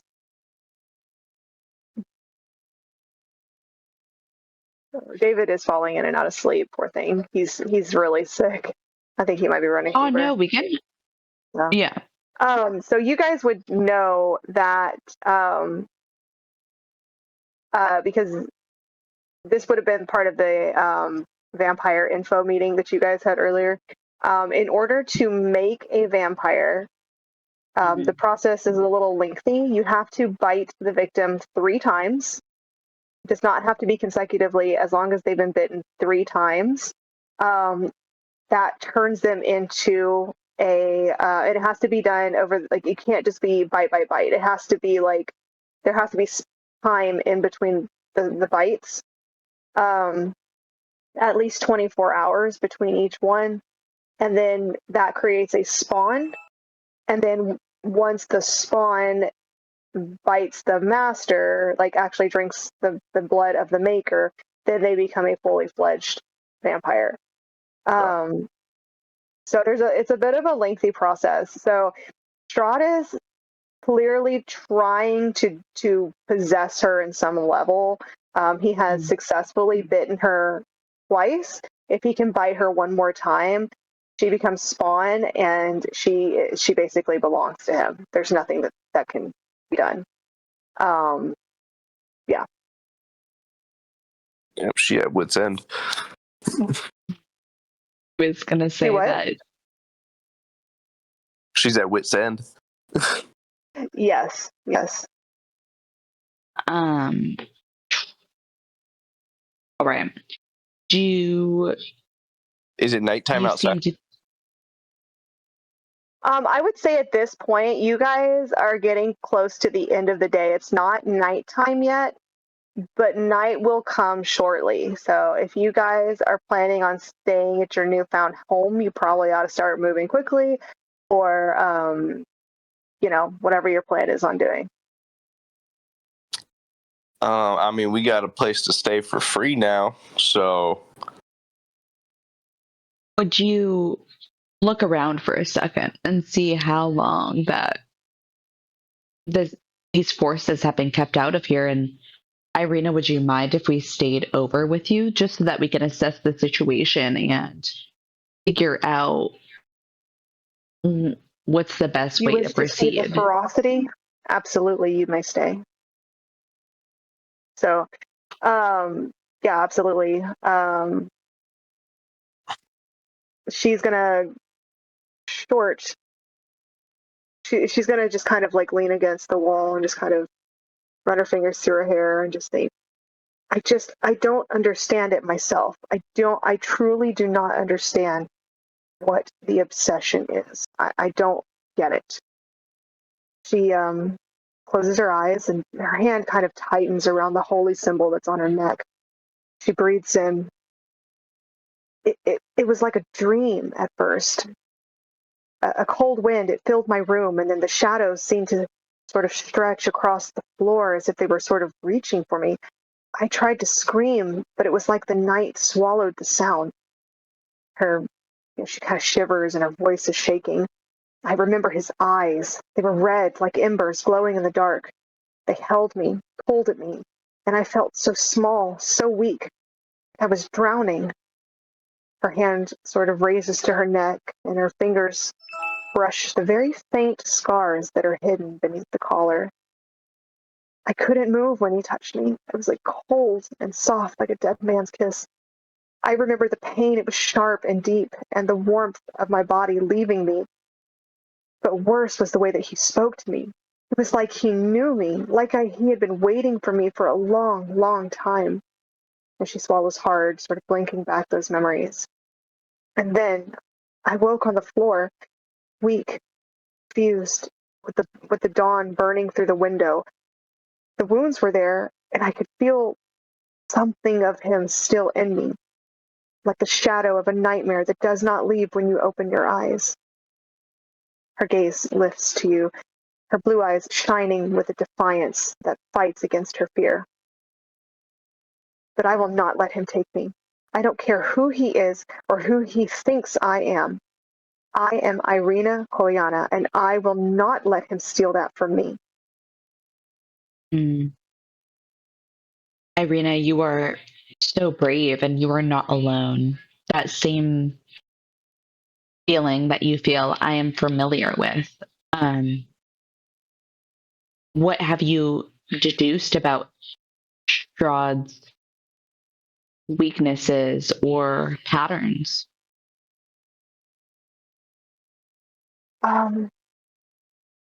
Well, he comes at night. He's a vampire. He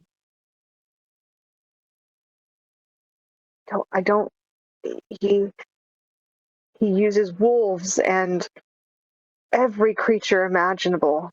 Some I can see, some of them I cannot. He is relentless.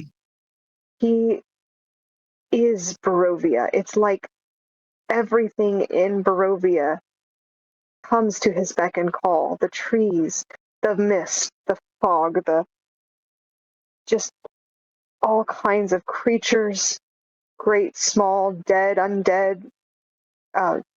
Some of them are even alive. Everything bows in Barovia to his will. Keeps these people oppressed. He collects taxes from everyone, but he doesn't even empty them out of the storehouse. He doesn't.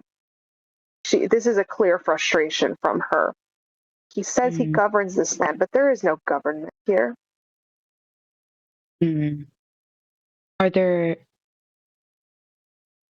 and I know that, we've been around this town, and of course, when you're living in such a place, it's not easy to be trusting, but is there any allies that you have that have experienced the same type of targeting or any safe places you have found other than this house and the church?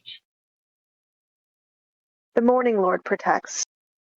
As long as I have made friends with Father Donovich and Sister Daya and a handful of other holy people when I completed my training as a paladin. My father was the burgomaster of this village. Of course, now upon his death, that title is suspended. She kind of grips her sword. I don't know what will happen next, but I do know that the longer that I stay in this village, the more people are at risk. So either I have to stand and fight him, or I have to leave.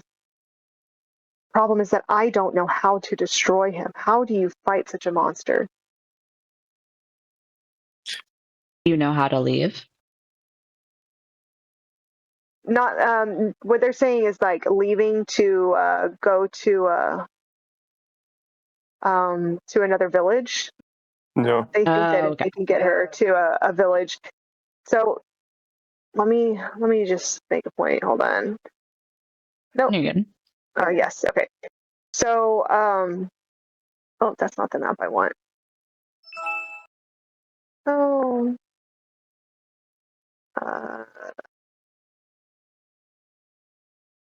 Where is? Okay.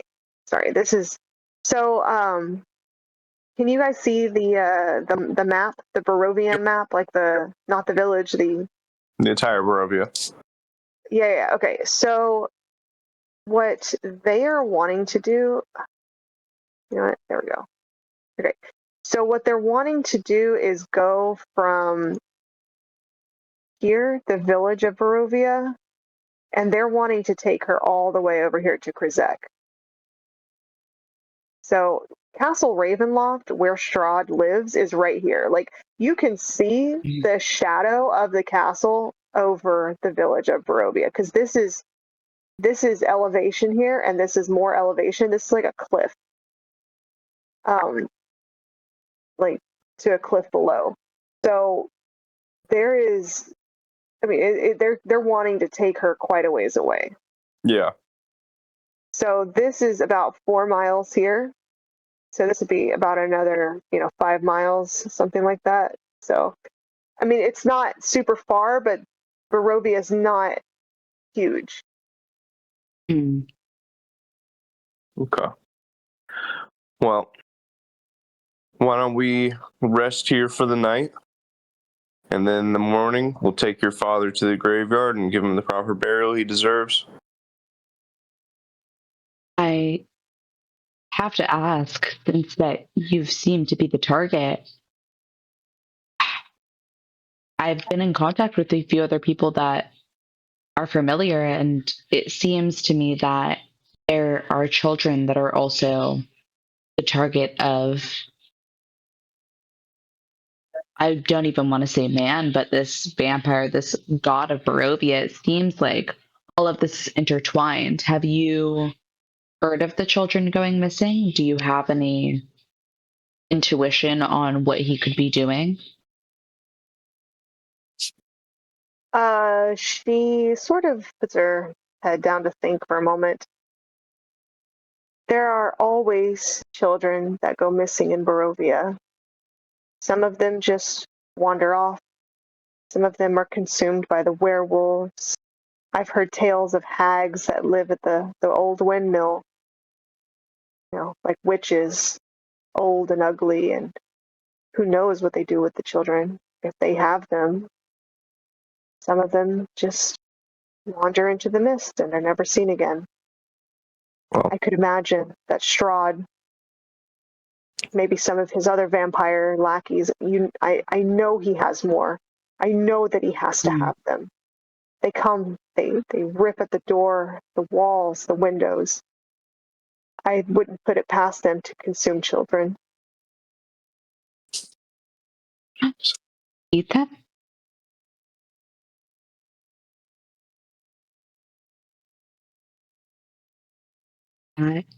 Wait, can you guys hear me? That is tragic. Yep, we can hear you. So, yes, it's very tragic. Very sad. Anyway. Evil. I'm going to ask them now, after we bury your father and you get the peace you want with that. Speaking of the old, windmill, we were going to help Mary, your neighbor down the street, go and try and find her daughter Gertrude. Would you buy? Gertrude is missing? Gertrude. Yes, Gertrude is missing. She left what was it, the other night? She left. Did she leave or was she abducted? There was no sign of an abduction, but Mary is solely certain that she had to have been taken. There would be no way that she would just leave on her own. Silly girl. Oh, poor Mary. Oh, she must be so distraught. And I've been here. I haven't even been able to leave to see to her. It seems like nobody gets to go out. Barovia's a horrible place. It could be so much better, though. I think if we got rid of Strahd, who knows? It might be wonderful. The sun might come back. Well, wait, hold on. Irina, are you from here? I don't know where I'm from. I was adopted when I was very small. I have no memories before my father found me. You remember but a time that there was sun in Barovia? Sometimes I feel like I remember things, but it's almost like they're not my memories. I don't know. It doesn't make sense. I don't know. I'm not sure where I was born or where I came from. I was adopted by Ismark, my father, whenever I was 5 or 6 years old. Ismark, bless her, she nods to her brother, found me by the Tessapul encampment and brought me back here. They've always been so good to me, so kind. They even helped me to become a paladin. They funded my education, and it was always my job, my calling to protect this village. This village is the one that's the most at risk, being right in the shadow of Castle Ravenloft. These are the people that need more protection than anywhere else in the world. That was my goal, to do that. But now I fear that my very presence in this village may be what is causing the damage. Ismark, do you remember when there was a time this place was not surrounded by utter grief? Is there a time that you remember before Irina was here that this place was dark? As long as we've been here, there's never been sun. The sun has not shone in the land of Barovia for maybe 1,000 years at this point. There's no record of sun. Every crop that is grown, everything that we eat is all, it's all root vegetables and it's all thick and dense. I don't even know what would happen if we had a sun. It might burn the whole place up. I have to agree with Tio. Well, while we will figure this out, while we will continue to support your journey of not running but fighting, I think that you can also help us save these children that are going missing. I mean, even small details that you can remember. I know that you kind of go through flashes of then and now, but if there's anything you could remember or feel or key details that you know about this place, things that you've seen, I mean, you're able to describe Mary's daughter more than she could because she was in hysterics. Is there anything that you have sensed as a pattern or that we need to know about going to try to find these children? I mean, as far as I can just say as a dungeon master, there's really no pattern. Kids disappear all the time. Gotcha. Nobody really knows. I'm sorry. I keep trying to say that, and I don't think I'm making myself clear. I'm sorry. No. I'm just trying to see if there's a bigger scheme here. Yeah, you don't really know. There are lots of different reasons that people, children can go missing, might go missing. You know, you don't know if they're being summoned away. You don't know if there are lots of other vampires in Barovia. Maybe they are picking them off and eating them. There are parents that will kill their own children because they are born without souls and they just don't want to take care of them. So, you know, so is it morally unacceptable to kill a person that doesn't have a soul? You know, there's a lot of question to Barovia. Hold on just a second. Okay. I had to switch ears for my headset because it was hurting my other ear. There are many reasons that kids can go missing, but nobody really knows. The only thing that you really truly know at this point is that there are definitely a group of hags that live. Supposedly there is a group of hags, ugly, gnarly hag witches at the bone grinder who might have something to do with the disappearance of children. But other than that, you really don't know. Oh, hello, Jen. I think our main directive, you're right, the kids, unfortunately, we'll have to go through that. But I think the main goal right now is for us to keep Irina safe. I mean, I don't know if you guys agree, but it seems like this is tied absolutely to the larger scheme of things and probably our key out of here, which is the goal, right? I mean, Chibi has the tools to put somebody to rest. We saw it with the bones. So I think that's, as you said, Tia, that should be our next course of action. But we should rest for the night. As Irina said, it's just too dangerous to go out. And I think it would be good from Irina's standpoint, like Irina to players, it would be good for you to see what I'm describing every night. The ferocity, the violence of what comes trying to get into this house and what it takes to keep them at bay. Also remember that Irina is a paladin, so she actually has more spiritual power than Chibi does. So she can like do all the rites and stuff. She's a holy person. Oh yes, she and Fendril are the same class.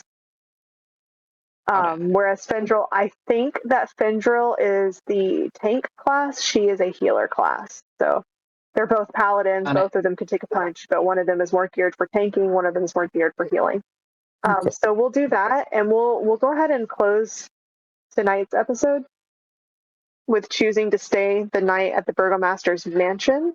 Yep. And then when we pick up, then we'll see what happens overnight while you guys are there. Awesome. Is that good? Yes. No, I'm sorry you're sick.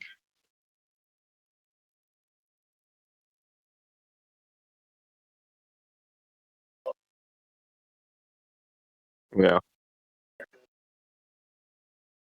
No, I'm crap too, so I'm right there with you. Yeah.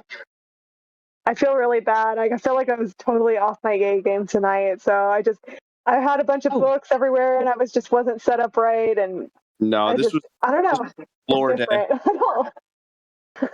No, I feel like this is. Sorry, go ahead. This is what? I said I feel like this is way harder than in person because everything there's like us and then everything like for you, of course, there are a bunch of books and you're trying to find the answers, but it is just a totally different setup playing online while being next to her. Yeah, we also don't have Pedrito. And David is also sick, so he's not as jumping in. So it's just different. But Pedrito as a person is already familiar with Barovia, so he doesn't need a Barovia exploration day as much as you two did. So, but hey, you got a cool house.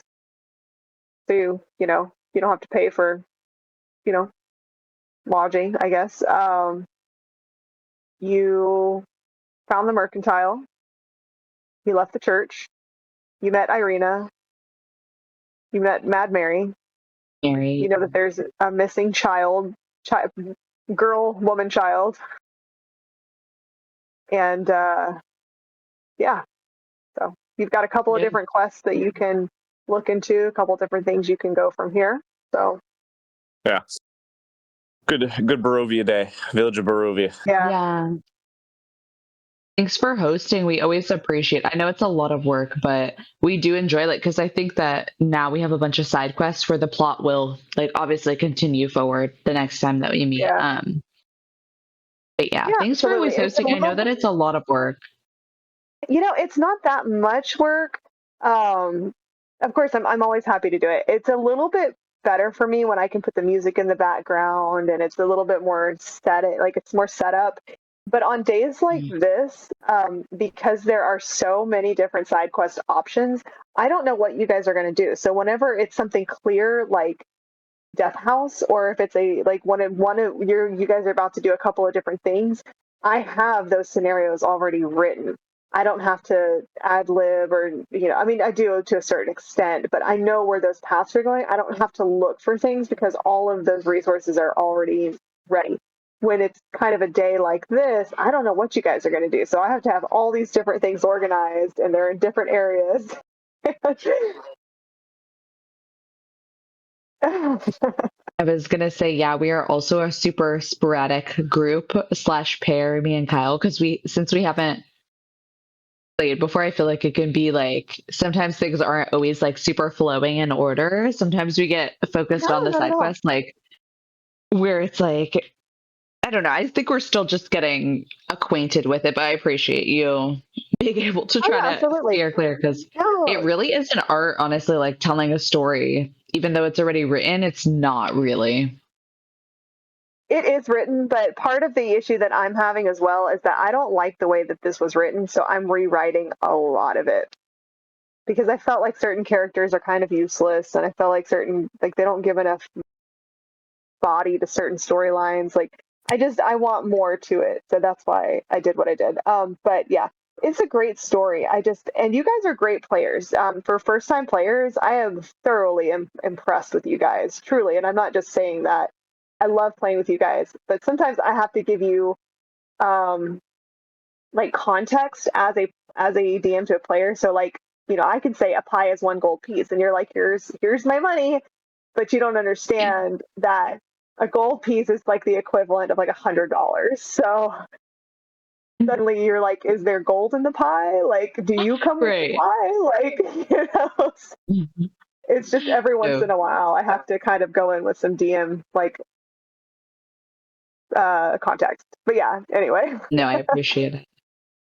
We appreciate it so much. Thanks, guys.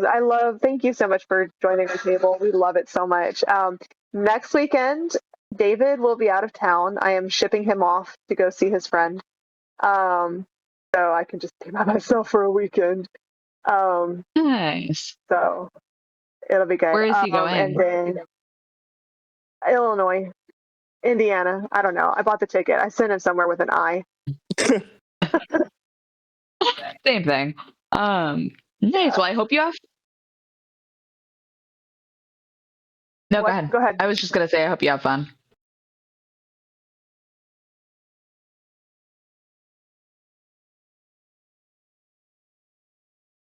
What do you want more of?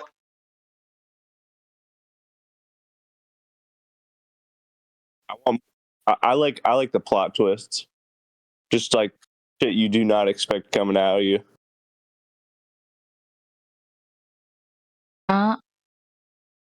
Honestly, I love the storyline to be. I think that though, the combat makes it more interesting and fun. I do get nervous for it, but I think that everybody else enjoys it more. So I like it how it is because I do like prefer just a storyline. But I think that it is like probably important that in Barovia we do more combat so that I know what to do, and like I almost killed us within the first 2 sessions, so I think it's imperative that I learn how to fight and like do the combat scenes so that the next campaign we do, I feel like we're more like I'm more well versed, because last time that we played at his house, I felt like I was like ready for the combat. So I think that, yeah, just a mixture of all of it. I think I love the storyline and how it is great now, but I am nervous for the next fighting combat scenes. Yeah. Yes.